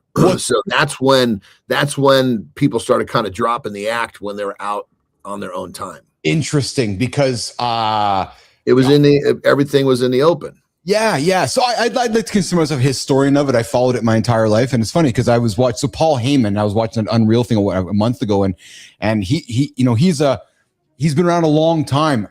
He's strong. In what I've been watching and observing, he's the kind of guy that I think struggles with not being in character because that's how he was raised. He's like, no, I'm in character all the time, right? And then I saw a guy like Seth Rollins who's like, no, I'm putting my costume on, I'm in character, and I'm going to the airport to go to my next event with my wife and my kids, and I see the fans and I'm just Joe from the neighborhood, right? And there's certain so there's certain characters like Heyman. Yeah, his character and his real person were that different. Yes. So let's go to the extreme. John Cena. Yes. I mean, his fucking character in real life and who he played, all he did was expose the parts of him that made him him that people loved, which was the, work hard, never quit. Yes. So then you got the Undertaker, he just had to fucking stay out of the fucking public eye. That's what he did, because in those times when he was, when they were in, how do you fucking be the Undertaker going to get a fucking soda in 7-Eleven? I never thought about that, but you're right. Yeah, yes. He had to he literally just avoided the public eye. Yeah, you had to get to the ring, get to the arena, get out of the arena, and go and hide till the next match. You weren't fucking. It was like you were fucking ordering a room service. Yeah. Good morning, everybody. Hang out with Keith and John this morning. I'm Morning to Lab, having some fun time this morning. Some great conversation. Let's do a reset on. We'll do a reset. And yes, John Cena triumphed over skin cancer. Good dude, 100%. We're going to do a lifestyle tip with John Anderson. We're going to reset hour 2.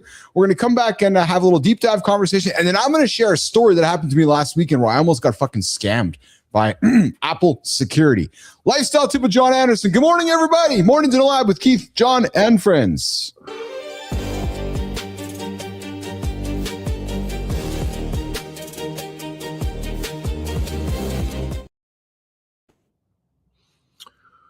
Well, I was thinking about, of course, I like to make things simple. And I was thinking about what is it that one of the most simple tips that I can give that will make such a big difference for you guys. Well, there's 2 parts to this.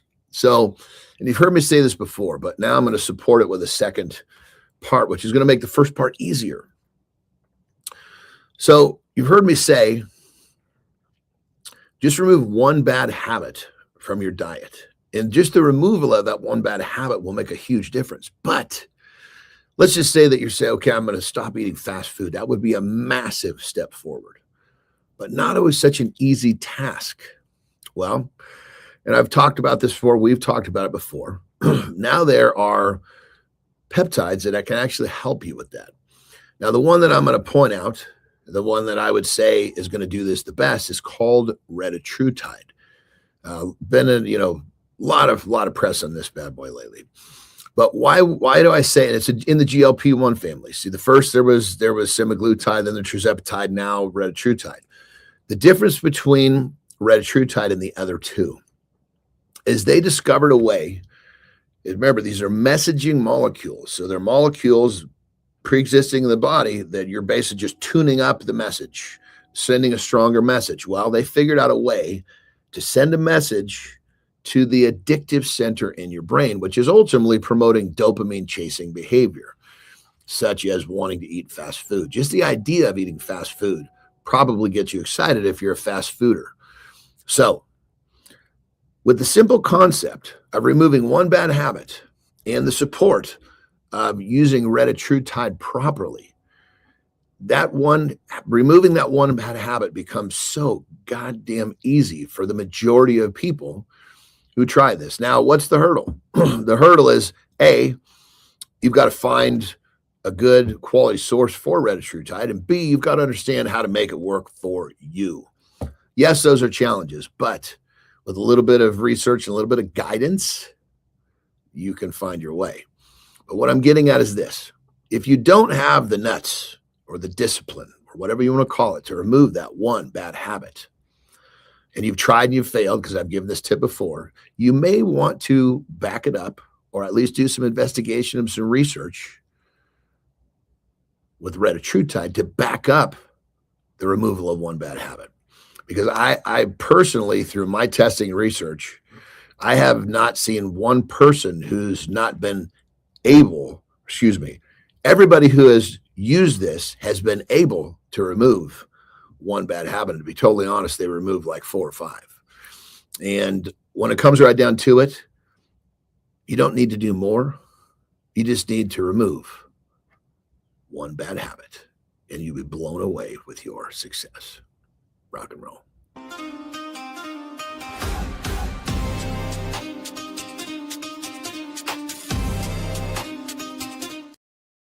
Good morning. Welcome back to Mornings in the Lab with Keith, John, and friends. We get up, we get after it every single day, live right here, 8 o'clock, mornings.live, over on the Mornings in the Lab live.network. We 7:30 Eastern time. Matt Roof starts the old network off. 8:30 on Wednesdays. We got Cheryl Whitaker later today at 5 o'clock Eastern time. Jason Hewlett is dropping the Jason Hewlett Show live right here on the Mornings in the Lab live network. Hey, if you're just joining us, you guys missed hour 1. You haven't checked into the show yet. What does that mean? Well, head on over to Mornings Live, click on the proof wall. Check in, show your proof, show you are up and at 'em and achieving your big, audacious goals. Good morning to my beautiful love out there in the community. What's up, Lauren?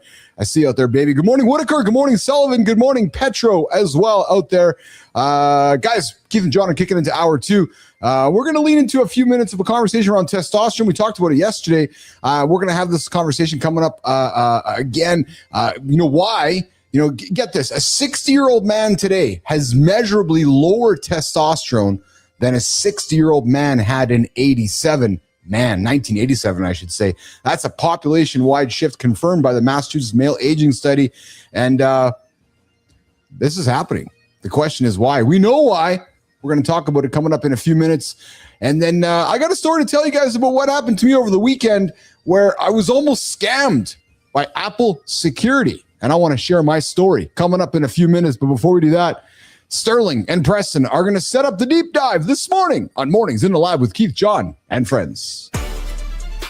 Feel fine. That's the problem. Your testosterone's slipping 1% a year, and you won't notice. No hiding. It's not you're getting old. It's not your inputs got sloppy. Sleep, stress, weight, food. That's the trap. You're not tired. You're underpowered. You're paying for it at work, at home, and in the mirror. That's the bill. It's not a needle first. It's a lifestyle audit first. Fix the engine before you buy parts on purpose. Do one thing before coffee. Put your phone down at 10 tonight, then wake up and walk. Earn sunlight. No excuses. We'll show the lie, then the lever. We'll show how to stop bleeding tea without begging a clinic. This morning.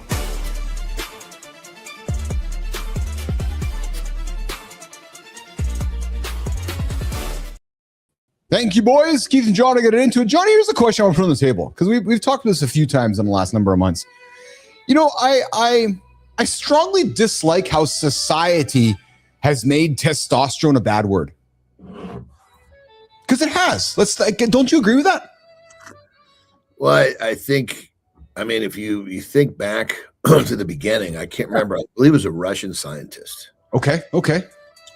When he first discovered it, I believe he won a fucking Nobel Prize. Hey, hold on. Hey, Grok, can you talk to us about what John just said? Was it a Russian scientist who discovered testosterone? And what's that story? Yeah, close. It wasn't a Russian. It was a German chemist. There we go. Lieutenant. Keep going. Yeah, here we go. Yeah, back then, testosterone was gold. Scientists were like, holy shit, we cracked the code on what makes men men. They weren't scared of it. They were studying it like a miracle. Now, it's the villain. Too much tea, aggression, roid rage, toxic masculinity. Like, come on. The real issue isn't the hormone, it's the garbage around it. Plastics leaching into your balls, blue light frying your sleep, endless stress spiking cortisol. That's what tanks it, not the tea itself. So yeah, Society's flipped the script. We used to celebrate it. Now we shame it. And meanwhile, a 60-year-old in 87 had more juice than most guys today at 35. That's not progress. That's sabotage. Yeah, so it's But here's why. So that's the beginning of your answer. So to answer your whole question, yeah. So as soon as they realized that they had this fucking lightning in a bottle, yes, and they could give it to males that were having issues, yes, it took them off the subscription. Yes. So of course they're going to demonize it. Look what they did to cholesterol. Yes. Did the Centurion nations, I'm curious, Grok probably has some information on this, as this is all rough cut info. The Centurion nations, your civilizations, I should say, these fuckers, most of them lived to be 100. That's why they're called that. They had the biggest fucking difference between them and us is they moved, number one, and they had fucking higher cholesterol. Cholesterol with the right lifestyle is not a fucking bad thing. That's my belief. This is not medical advice, but I mean, it's the same fucking thing. Demonize cholesterol so they could sell shit.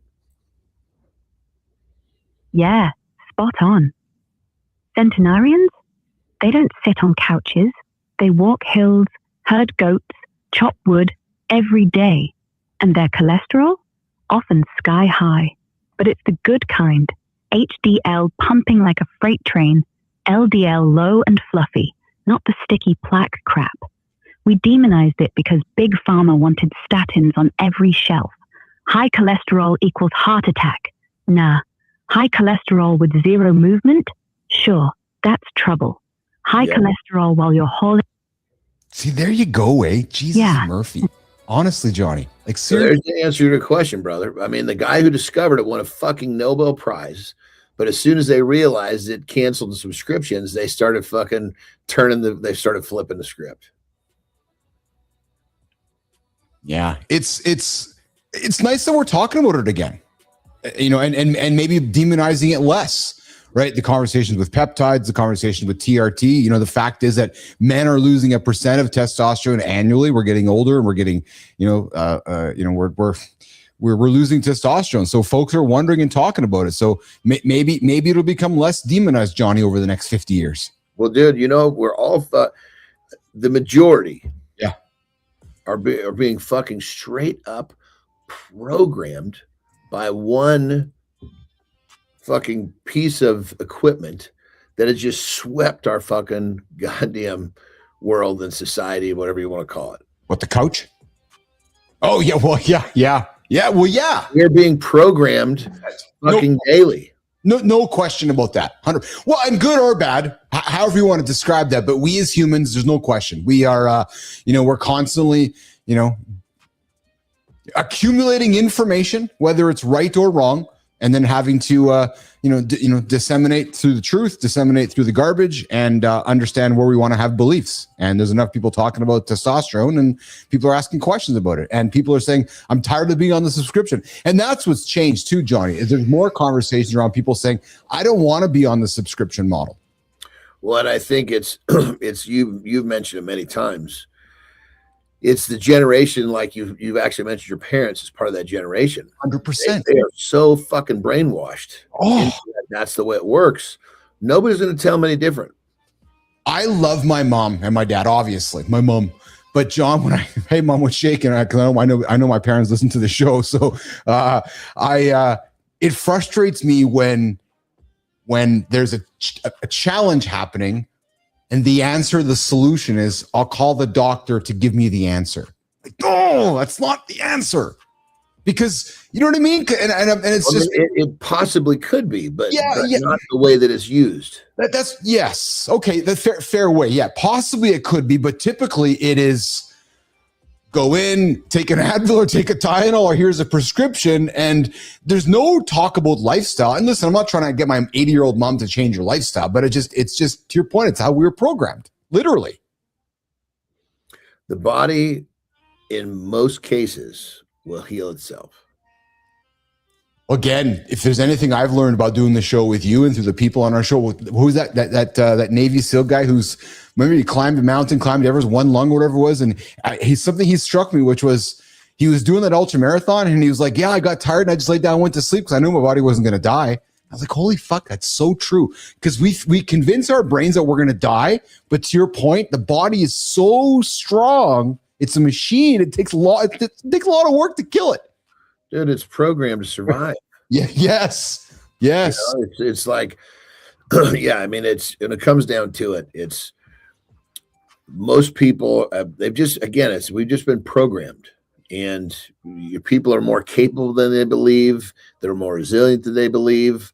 But if you believed all this shit, you wouldn't be easily led. Yeah. 100%. Speaking of believing, Johnny, so Saturday morning, I get a call. My phone starts ringing. And I never fucking answer the phone. I just don't, because it's always a scam. For some reason, I answered it. And did it have something that made you think I should answer it? Well, it did, because before that, I was starting to get some texts.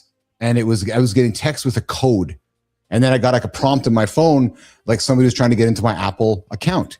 Then the phone rang and then I fucking answered it. And here's where I was like, what? So I answered it. And it was fascinating because they almost fooled me. And I'm sharing it with you because if it was my mom or my dad, I guarantee you they would have been fooled because they changed. So here's how they called me. Hey, it's Apple security calling. We hear you're trying to change your password. They used a double negative. If you did try to change your password, press 1 to talk to somebody. If you did change it, hang up. So basically convincing you to talk to somebody so that you could talk to somebody, because they're going to say to you, well, we've just sent you the code to your phone to get into your account.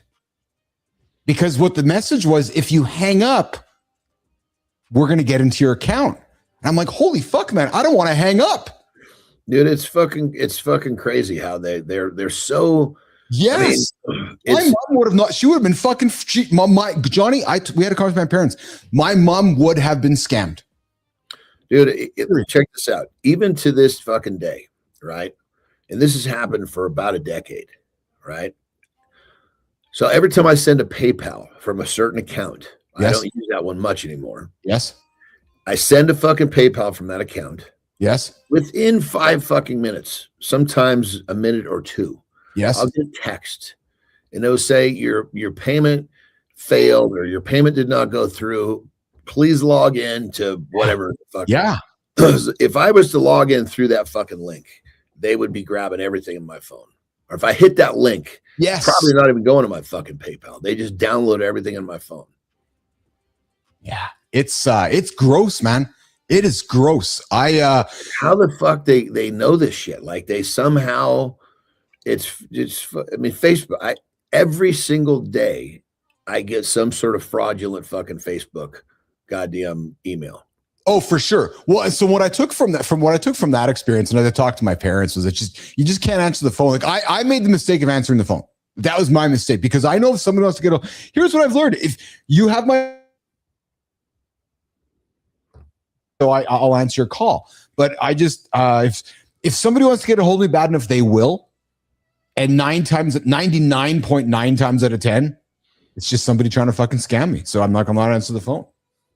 Right. And pretty rarely is somebody call. I choose to call people rather than pick up the phone more often. Yes. And there's a handful of people I'll answer, but this is like a tight little knit group of people. Yeah. Outside of that, you'll leave a fucking voicemail or text me and I'll call you back. No, I'm with you, man. I'm absolutely with you there. 100%. 100%. Hey, have you ever been to the Burj? No, you've never been to Dubai, have you? Have you? No. One of my favorite places I went to. It's a fascinating place. It's like going to obviously foreign. It's like going to a different planet. It's so different than what we're used to here. Just it's like going to the future. The Burj Khalifa. Did you know? Maybe you did. Maybe you didn't. It's one of those curiosity things. I guess it fascinates me. Did you know it takes 3 months? Jimmy, here's a clip. It's three months to clean the Burj Khalifa's windows. They basically, when they finish it, they just restart it again. The job actually never ends. It's like the Golden Gate Bridge. Did you know it takes 3 months to clean the windows of the Burj Khalifa? By then, the cycle is already starting again. The tower stands 828 meters tall, so this is not a quick wash. It is a rolling job in the sky. Crews do not use one method everywhere. Some zones use custom gondolas. Other zones need rope access. This is where the internet gets sloppy. The exact window count and cleaner count are not locked facts. The safer version is around 24,000 windows. Teams rotate, and crew size can range from about 40 to much higher. And the pay claims get shaky too. 2,000 to 3,000 a month gets repeated online, but it is not verified public data. So yes, the 3-month cleaning cycle is real. The rest needs nuance. That's today's Did You Know? Back to Keith and John. Somebody with this job would struggle because it never gets finished. Because there's some people like to have the empty inbox or like to have the empty task list. You're like, well, it's never done. No, you're going back to do it all over again. You're the mindset of this worker, though, brother. Yeah. He's there because he's got good benefits. This is perfect. Yes. He just wants to work nice and fucking slow. Yes. Doesn't want to, it's like I got a few buddies that were buddies when we were young, right? And then obviously we got to be adults. We just kind of, our interests were so different. We really don't, communicate much anymore. But yeah. I met them in the gym. Yeah. And they were so fucking excited when they got onto the Golden Gate Bridge painting crew. Oh my goodness. Because why? Because the job never ended. They were going to be there till they retired. In their minds, it's done. All I have to do is just keep showing up for the next fucking 30 years and I get to retire. All of the concern of me not having this good job with benefits is over. Dude, I've never heard life articulated it that way, the way you've just articulated the last 20 seconds. Yeah, I just got my job. I'm good now for the next 30 years. I got a paycheck every 2 weeks and I'm good now. I've never thought about it being presented that way before, actually. Well, that dude, is exciting to me. There's a fucking lot of people like this shit. I know. So I had a good friend, Chuck. What's going on, Chuck? I love you, man. Who I'll never forget this conversation because I went into his office. He was my boss for a while, Johnny. And I went into his office and I was like, why don't more people like want to aspire to do certain things? Like, why don't do this? Why? He's like, Keith, the world needs people that just want to paint the Golden Bridge forever. The world needs people that just want to go onto the Burj Khalifa and just wash windows. The world needs, and he goes, the world needs people that just want to pump gas. And it was like a fucking rock fell on my face after that conversation. Because I was like, why doesn't everybody want to be on stage like Anderson or Billis? And it was just one of those moments for me. I'm like, okay, I guess there are folks, and no judgment, but to your point, it's this, I got my job cleaning the Golden Gate Bridge. I get to cash my check every 2 weeks. I'm good. I can build my family, build my life, and I'm good. So unappealing to me. So unappealing. Fucking bury me today, please. Well, that's exactly it. Yeah. I find zero reason to wake up tomorrow. Oh. So when I reflect back at ICUC, Johnny, and like those later years there when I was just putting in my time and doing my job, and I was miserable and thinking about not working there. And then there's days today when I have the stress about growing something from scratch and whether it's making payroll or just building a business. You know what I do to myself? Hey, Billis. Yeah. Remember when you were working at that job that you didn't like? You just kept the paycheck for 2 weeks? Yeah. Oh, yeah. Fuck, I hated that. Yeah, I hated it, Johnny. I'll use the word. Oh, yeah, right. Put yourself back in the moment. Right? Because I was that guy collecting the job and going, this is what it is. I don't really enjoy this anymore. And I was actually, it's crazy as you said that. I thought, what is a situation where let's have some fun with this. Let's define a situation or circumstances where hate is acceptable. Well, that one for me would be because I hated that. No, I hated it. I felt like I was locked with handcuffs. Like I couldn't. But here's the thing. I think for guys I think that's fine for the general man. Okay. I think for guys like you and I, it has to be a little tighter. We have to fucking hold ourselves a little bit higher to a higher standard. Okay, talk to me. I think hate, if we use that word hate, then let's make this, we'll agree on this. Only use the word, so my proposal is this.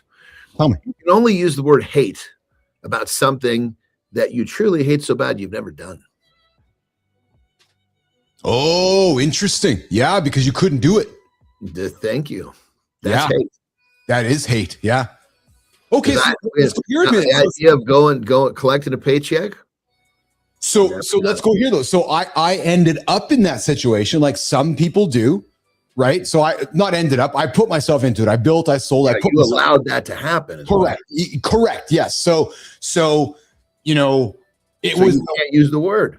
That's you fair. Allowed it. That's fair. No, I can hold on to that. You're absolutely that's correct. You really don't hate it that bad because you did it. I did. You're absolutely correct. Yep. You're absolutely correct. It's like it's when it comes down to it. If you've done something, do you really hate it? Well, obviously not.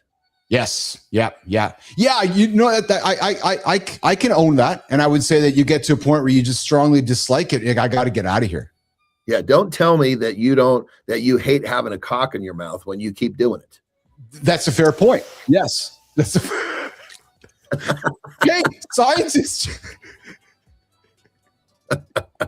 Scientists just found the on switch for sperm. Yeah, true story. And it could change birth control forever. Michigan State researchers just found the molecular switch that powers sperm for their final charge to an egg. It could lead to the first non-hormonal male birth control pill. A pill for men that doesn't mess with your hormones. Block that one enzyme and no fertilization. Published in PNAS, backed by Memorial Sloan Kettering. Birth control has been women's responsibility for decades. Science says it doesn't have to be. Keith, John Wright, would you take the pill? Johnny, would you take the pill? I don't know.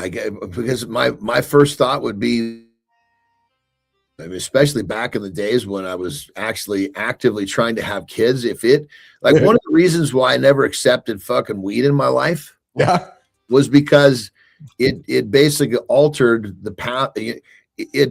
Number one, it was incorrect. Well, I don't know if I'm incorrect, but I was told it lowered testosterone. Well, right then and there, right. I'm never gonna do that. And then obviously the few times that I did it before I got into where I really found my purpose and my love, it made me not want to do shit. Well, for me to do what I want to do, I had to do shit, and I needed fucking high levels of testosterone. So that's how I would view this pill. That's fair. This has been a conversation for decades, which has been, can we finally get a pill for the man? Because the women always have that responsibility. So maybe there will be a day where there's a birth control pill for men to take, and it looks like they're working on one here out of Michigan State. So they had I'm having a brain fart on what it was called. Yeah, but they had this. It was an injectable male. Yes. Originally designed. I'm kind of having a brain fart, but anyway, it was highly, and I'm going off of distant memory, so forgive me if this is wrong. Yeah. Highly androgenic, which is what did the job. But androgenic also makes you fucking aggressive. Like perfect example, if you were doing a powerlifting meet, you use a very short acting androgenic coming into it. Okay. Because you want to be fucking pissed off. You want to be fucking strong. Your muscles are full. Androgenic has this effect. So, but keep in mind, the androgenics also fuck you up. Yeah. So this injectable thing, the reason they didn't use it is the side effects were way too fucking massive for the average man. But when the athletes found out about it, they're like, well, fuck, I'm not average. Yeah. And most guys that are fucking doing that are really fucking worried about having kids at the moment. Right. Yes. So that I don't know if it was the first, but one of the injectable male medications for this, I don't think it ever made it to market. Maybe it did. I don't know. Was quickly adopted by, I guess you would say, I know for sure, strength athletes. Yeah. Interesting. Well, quickly, I'll tell you this here, that the Michigan State University study found that sperm are basically energy conserving machines right up until the moment they're needed. So they just kind of sit around low energy state, dormant, waiting. And then the second they enter the female reproductive tract, they go bam. So this what they're working on stops that. So fascinating to me. Hey, Petchelli says ambivalence is a real thing, Johnny. He uses the H word. I both hate and love burpees. I hate doing them, but I like the benefits. I mean, I always make the joke, but I say it jokingly. Even the shit you love, you hate sometimes. Yeah. I use that. That's more of a slang hate. Yes. If someone is saying, I fucking hate this. I hate that. Okay. That's what we're talking about here. So here's what I've enjoyed about. If you attach a love to that hate, it's a different term, I believe. So here's how I've reframed that word in my mind since we've started hanging out together. I find that word just invites a lot of negative energy that I don't need. So that's in the beginning, that's what I was saying. I was like, dude, that's why I was kind of riding you about that, is you don't understand what follows that. You're bang on. You are more fucking bad shit. Dude, you're fucking bang on. Like when we started our relationship together and you reframed that for me, that has been a game changer for me, because when a word's coming into my brain or my mouth, I lock it. I go, okay, is it necessary? I'll use it or not. But if I do use it, I catch myself not to go down a negative path, because it is the door to negativity. I don't care what anybody says. That word hate. People who use that word often, look at their lives. It's the front door to negativity. That's what it is, man. It's like walking through, okay, I hate, boom, everything is negative. That's exactly what it is, man. We get more of what we think about. Absolutely and if correct. We're talking about something, guess what we're thinking about? Yes. Yeah. Hey, remember growing up, organic was a word that we didn't know what the fuck it was. And when we were in the kitchen, our grandma who would make food at the table was organic was eating whatever was fried in lard. Because that was organic in my world at the farm. Yeah, we're making beef today. We're frying everything up in lard. But again, that's a different. You lived in a different version of a farm. Farms don't fucking do that stuff. Dude, you got to admit, you ate a lot of lard in your life when your mom or your dad or your people were feeding you. There was lard. You're eating lard. I know you're eating. They weren't fucking cooking anything in lard. Come on. Are you serious? I fucking ate a lot of lard growing up. Well, but it shows. Look at the difference. Hey, John, before you go.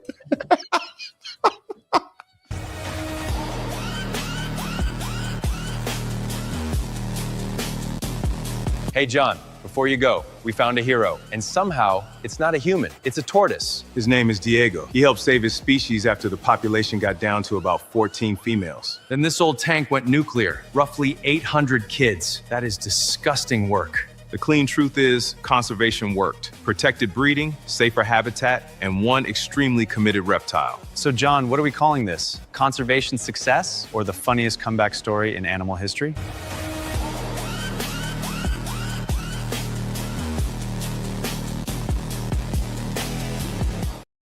Dude, this guy's legend.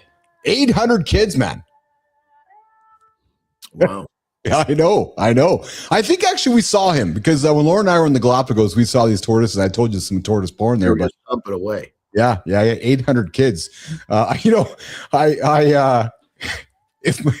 If Marty was here, I'd have a joke, but Marty's not here. I texted Marty yesterday. I said, Marty, where the fuck you been, man? He was busy. He was going to try to join the show today or tomorrow. I'm going to send him a text later today. But if Marty was here, I would have a joke about this, but Marty's not here. So I'm not going to throw the joke on the table today.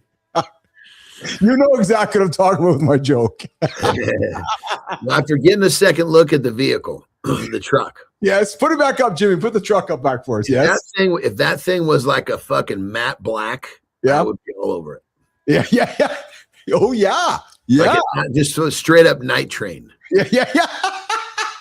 Just a nice. Like a matte black. Yeah. Matte.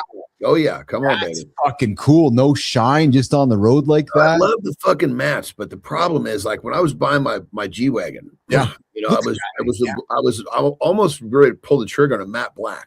Oh yeah. And he's like, dude, he goes, because I was in Tahoe when I bought it. Yeah. It delivered to Tahoe. Yeah. And he was like, you said you're up in a cabin up in the mountains. He goes, you understand, if you drive this matte black vehicle and you have one stick rub up against you, that mark will never come out. Yes. And I was like, I did not know that. He goes, yeah, matte black is not, it can be really, really temperamental when it comes to looking. So it's one of those vehicles you're not going to want to take up a mountain. Yeah. Dude, if that was your daily driver in matte black, that belongs to you. Like, seriously, like that was like your daily. Like, still, like there's John showing up at the lab, in his daily driver. I look at that and I think daily driver. I think that is way too many moving pieces to do a daily thing. Right? It's just too complicated for you. Yeah. Yeah. It's like, okay, that's something I want to have fun with, but that's where like I'm going to enjoy all of the complication in that moment, but daily, no.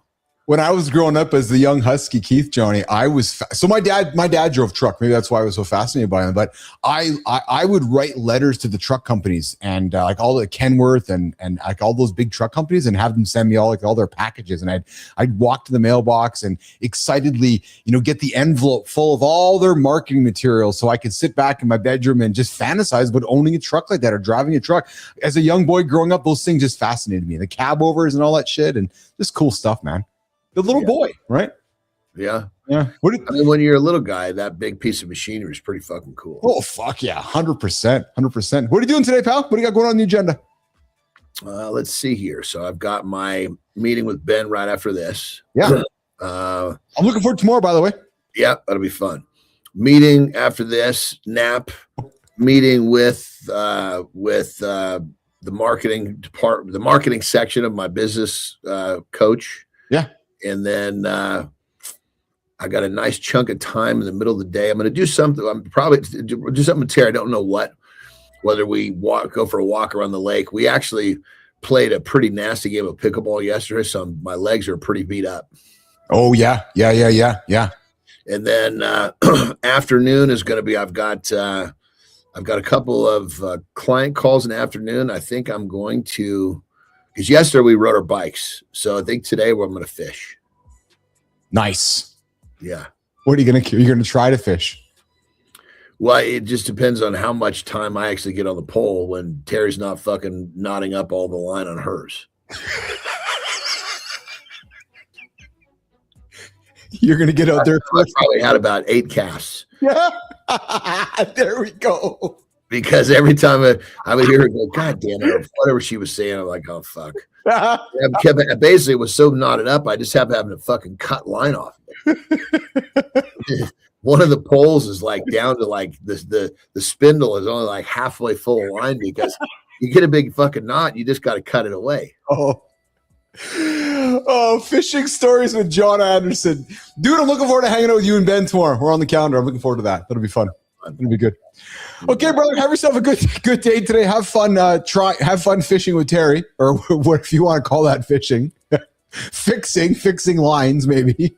Well, what my fishing turned out to be last time was more bird watching as I was. Yes, it did. But I'll take either. It's fucking beautiful out there. It's calm. It's quiet. It's really cool. Awesome. All right, pal. Well, listen, a lot of fun today. Love you lots. Have a good day. We'll talk to you in less than 22 hours. Have a good loop, my brother. All right. John is out of here. Good morning, nation. You're left with the hunkle. Yes. Who's the hunkle? Oh, that's Dwayne Whitaker. Yeah, true story. He's out there in the community. Good morning, Dwayne. What's shaking, my brother? We got Mike Sullivan out there. We got Petro out there. We got the whole gang this morning joining us on the big show we call Mornings in the Lab with Keith, John, and Friends. We start this show every single day at 7:30 with the incomparable Matt Roof. Yep, 7:30, Kindness Rising. The guy's dropping... The guy drops something fun every single day. You never know what you're getting with Matt. So I'd invite you to check out Matt's show at 7:30 daily. And then, of course, at 8:30 on Wednesdays, you got Cheryl Whitaker. That's the other half of the other Whitaker. She drops It Starts with Joy every single Wednesday right here on the network. And, of course, later today, we got Jason Hewlett dropping at 5 o'clock Eastern time on the Jason Hewlett Show, which I'm looking forward to later today. Okay, I got a monologue coming up here in a few moments, but I got to be honest with you guys. I wrote this one last week, and I don't even remember what it was. So I'm having a little quick peek here. Oh, yes, the guest one. Haha. It's funny because I had a conversation yesterday with somebody about guests. Guests are a hard thing. And it's a fascinating thing with guests because big guests, well, are often the bad ones, actually. You're always trying to get the big ones, but we always find out maybe sometimes the most simpler ones are even the better ones. All right, I got 40 some odd seconds. So guys, I'd invite you to pay attention to the owner. True story. And the opener. And I'll be back here in 47 seconds to have a little conversation about about authentic conversation with guests. Coming up next, Mornings in the Lab with Keith, John, friends. We're 700 reps in, and the hardest part still isn't gear. It's people. That's the problem. Big names don't buy us a real conversation. They buy us a polished performance. We feel it immediately. We tell ourselves the following equals the dialogue. It doesn't. Comfort picks famous. Craft picks curious. When a guest stays guarded, we pay in trust. The room gets colder. That's the bill. Live isn't improv, and it isn't charisma. It's architecture. Structure holds the truth. The rule is simple. We book practitioners who think in real time. Ego low, inquiry high. No hiding. So if we launched a show tomorrow, what are we building? Clips or trust? Chief's about to break it down. Morning begins here.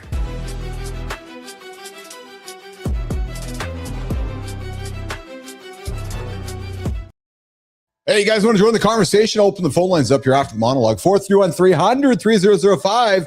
Come say hello. Tell me where you're joining from. You got something to say? You got something to say? Let's put it at the show. We'll call. You can call up. Have a conversation. We will air it live on the show, and people can know who you are. Yeah, true story. And if you're tuning into the show on demand, well, I'm sorry you didn't wake up and hang out with us live, because that's where it is all happening at 8 o'clock live, mornings.live, every single Monday through Friday. All right, hundreds of episodes into this show, and I'll tell you guys something right now that rarely do we talk about, but the hardest part, I will say, about this show, building this format, building something that people don't know about or uncertain about or don't even know how it all works is actually not the tech behind the scenes or anything you're seeing in front of the scenes. And it hasn't even been the consistency about doing this. No, I find it actually quite easy to do something quite consistently. It's been the guests. Yes. And early on, I will say that, we made some of the same mistakes that perhaps most hosts make when they're doing a show, a podcast or something, but always looking for like the biggest name. And listen, I'm not talking about the big celebrity type name, but just a bigger name, right? Assuming that if you bring a big name, they're going to bring a big audience, which creates a great big conversation because they're going to bring a following that equals a conversation. Well, I learned, and Neiman will know, because we're going to go nameless with this conversation. But I learned really quickly that doesn't happen. Yeah, no, that didn't work. Because it didn't work. The big name guest who showed up guarded. Yeah, you know who I'm talking about, Neiman. You know who shows up guarded, rehearsed, performative. Yeah. Boom, Neiman. Boom. 80,000, 100,000 followers. Gonna bring all these people to my live show. Wow. Yeah.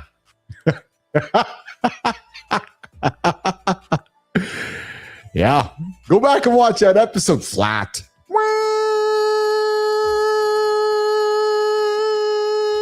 True story. Yeah. But what I've often found, though, the unknown, the nobody, everybody's a somebody, but the unknown practitioner, the person showing up not performative, the person showing up with a purpose, the person who cares deeply about the topic or about being on what we are trying to create and is willing to think in real time. I got to tell you guys, those conversations, and if those of you that have been around long enough, because those conversations we have are electric. Look at the one with Jacob Newton a couple days ago. Vulnerable, honest, electric, moving, right? And there was no bringing a million people to the show, nothing performative. No. So here's what I look for now.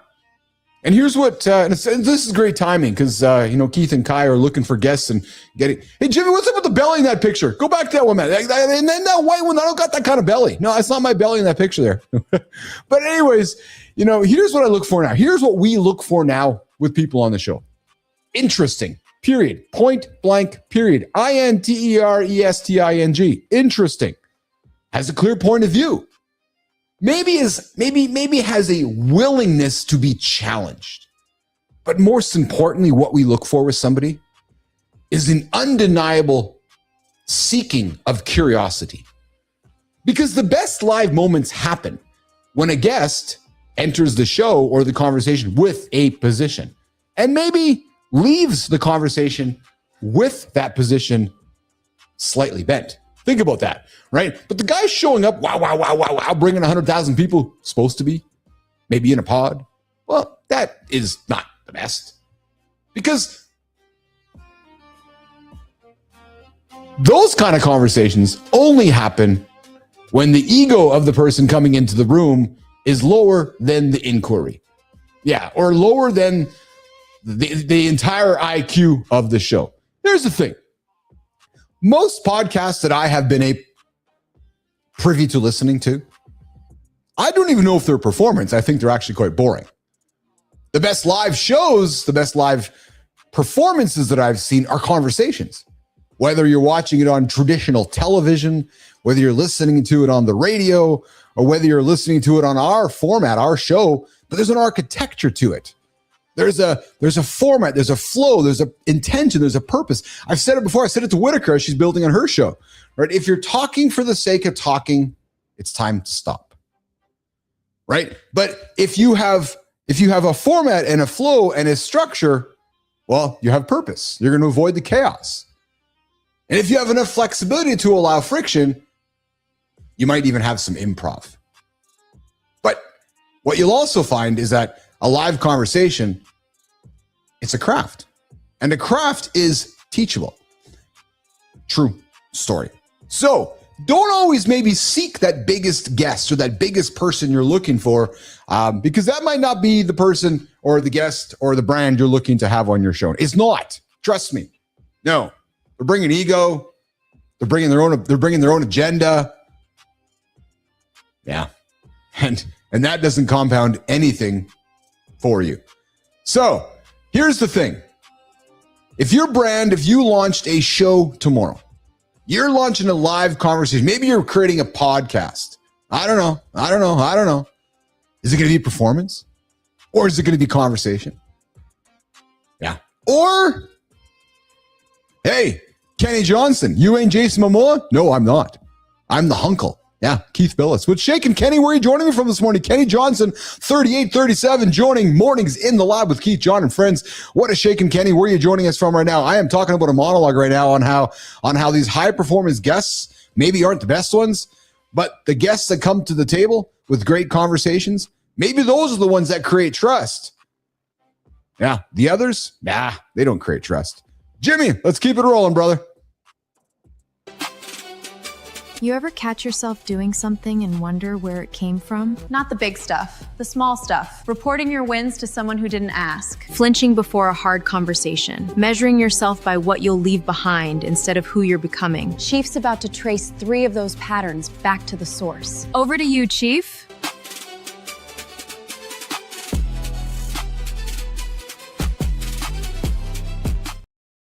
Nation, before we get to the community corner, I got a life hacker, man. Jimmy, I saw this morning. Hey, Kai, Jimmy, you guys want to pull this up for me? This was pretty neat. I never thought that this would be a great way to unclog something. But for all my plumber friends out there, the guys with the plumber cracks, have you ever used a tire to unclog something? Dude, I saw this video. We're gonna pull it up on the screen here in a quick second here.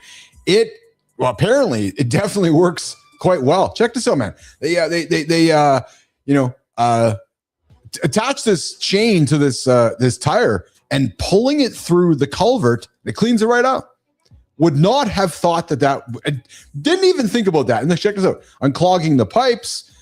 Just some good old life hacks this morning on Mornings Lab with Keith, John, and friends. Yeah, there you go. Look at that. The power of a tire. Who knew? Look at that. All the way through that, man. I just learned something. So as you're going through your life today, if something's clogged, maybe it's a good place to put a tire through it. Look at that. Just pulling everything out, dude.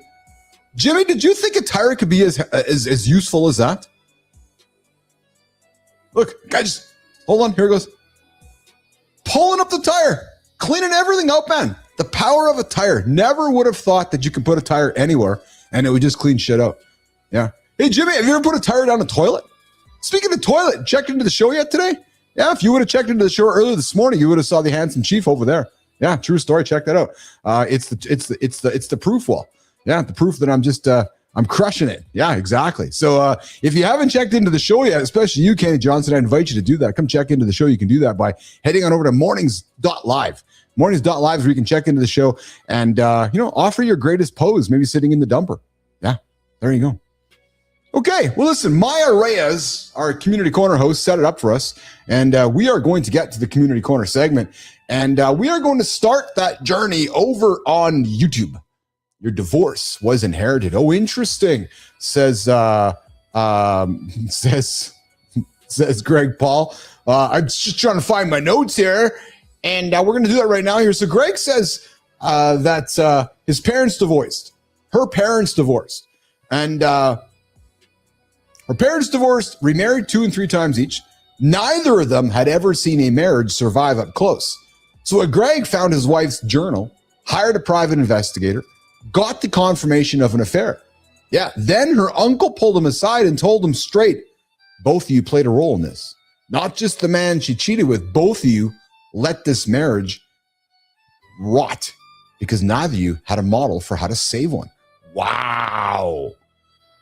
That's a pretty tough one, Greg. Divorce runs in families the same way business or addiction does.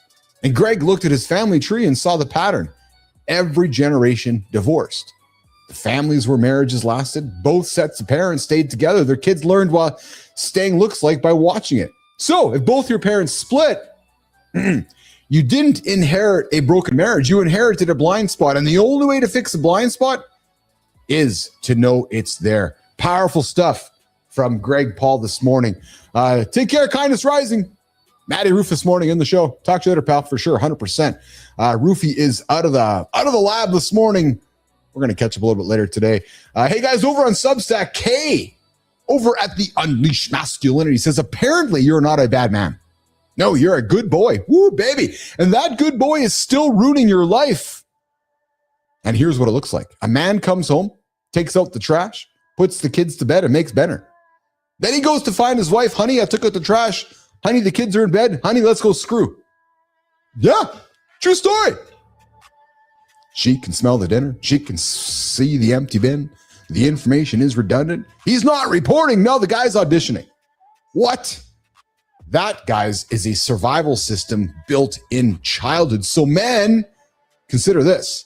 A boy with no father or an angry one learns to read his mother's mood before he can even read a sentence. So the invitation goes like this today. Stay useful. Stay small. Stay approved of. Because that program, it doesn't delete itself when you turn 35. You're not broken, guys. You're just working on that old software that you were programmed with. The fix? Your own mirror. Yes, your own mirror. It's uncomfortable, but one decision looking in your own mirror that will maybe move forward without asking anybody's permission.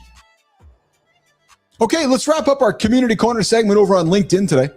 Balfour Deniston, the founder of the First Man Project, he posted something on LinkedIn that every father grinding to leave something behind needs to hear. Most inherited homes, most inherited businesses, and most inherited properties get sold shortly after the parent dies.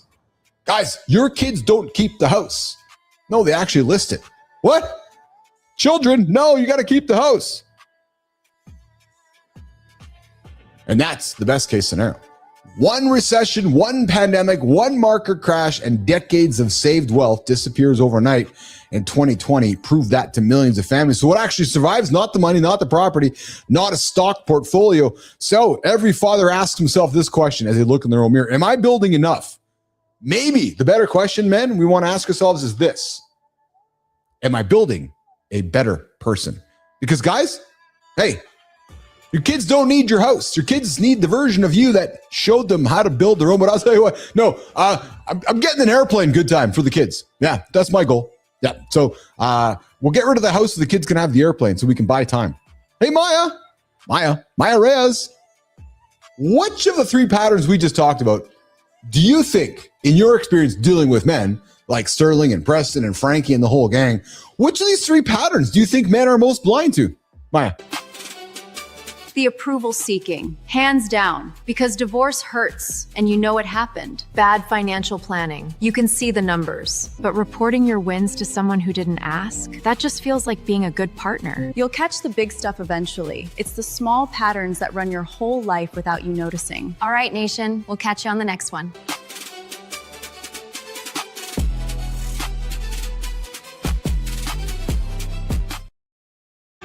Wow. Wrap it up already. Boom, boom. Wow, wow. Yeah. Wow, wow, wow. Hey, where's the feed? What? Jimmy, where's the feed? Hey, guys, you looked in your own mirror yet today? You haven't? I'd invite you to go do that. Lookatmymirror.com. Get yourself a mirror. I got to set up the Amazon stuff so we can get paid for it. So if you haven't ordered a mirror yet, I don't know.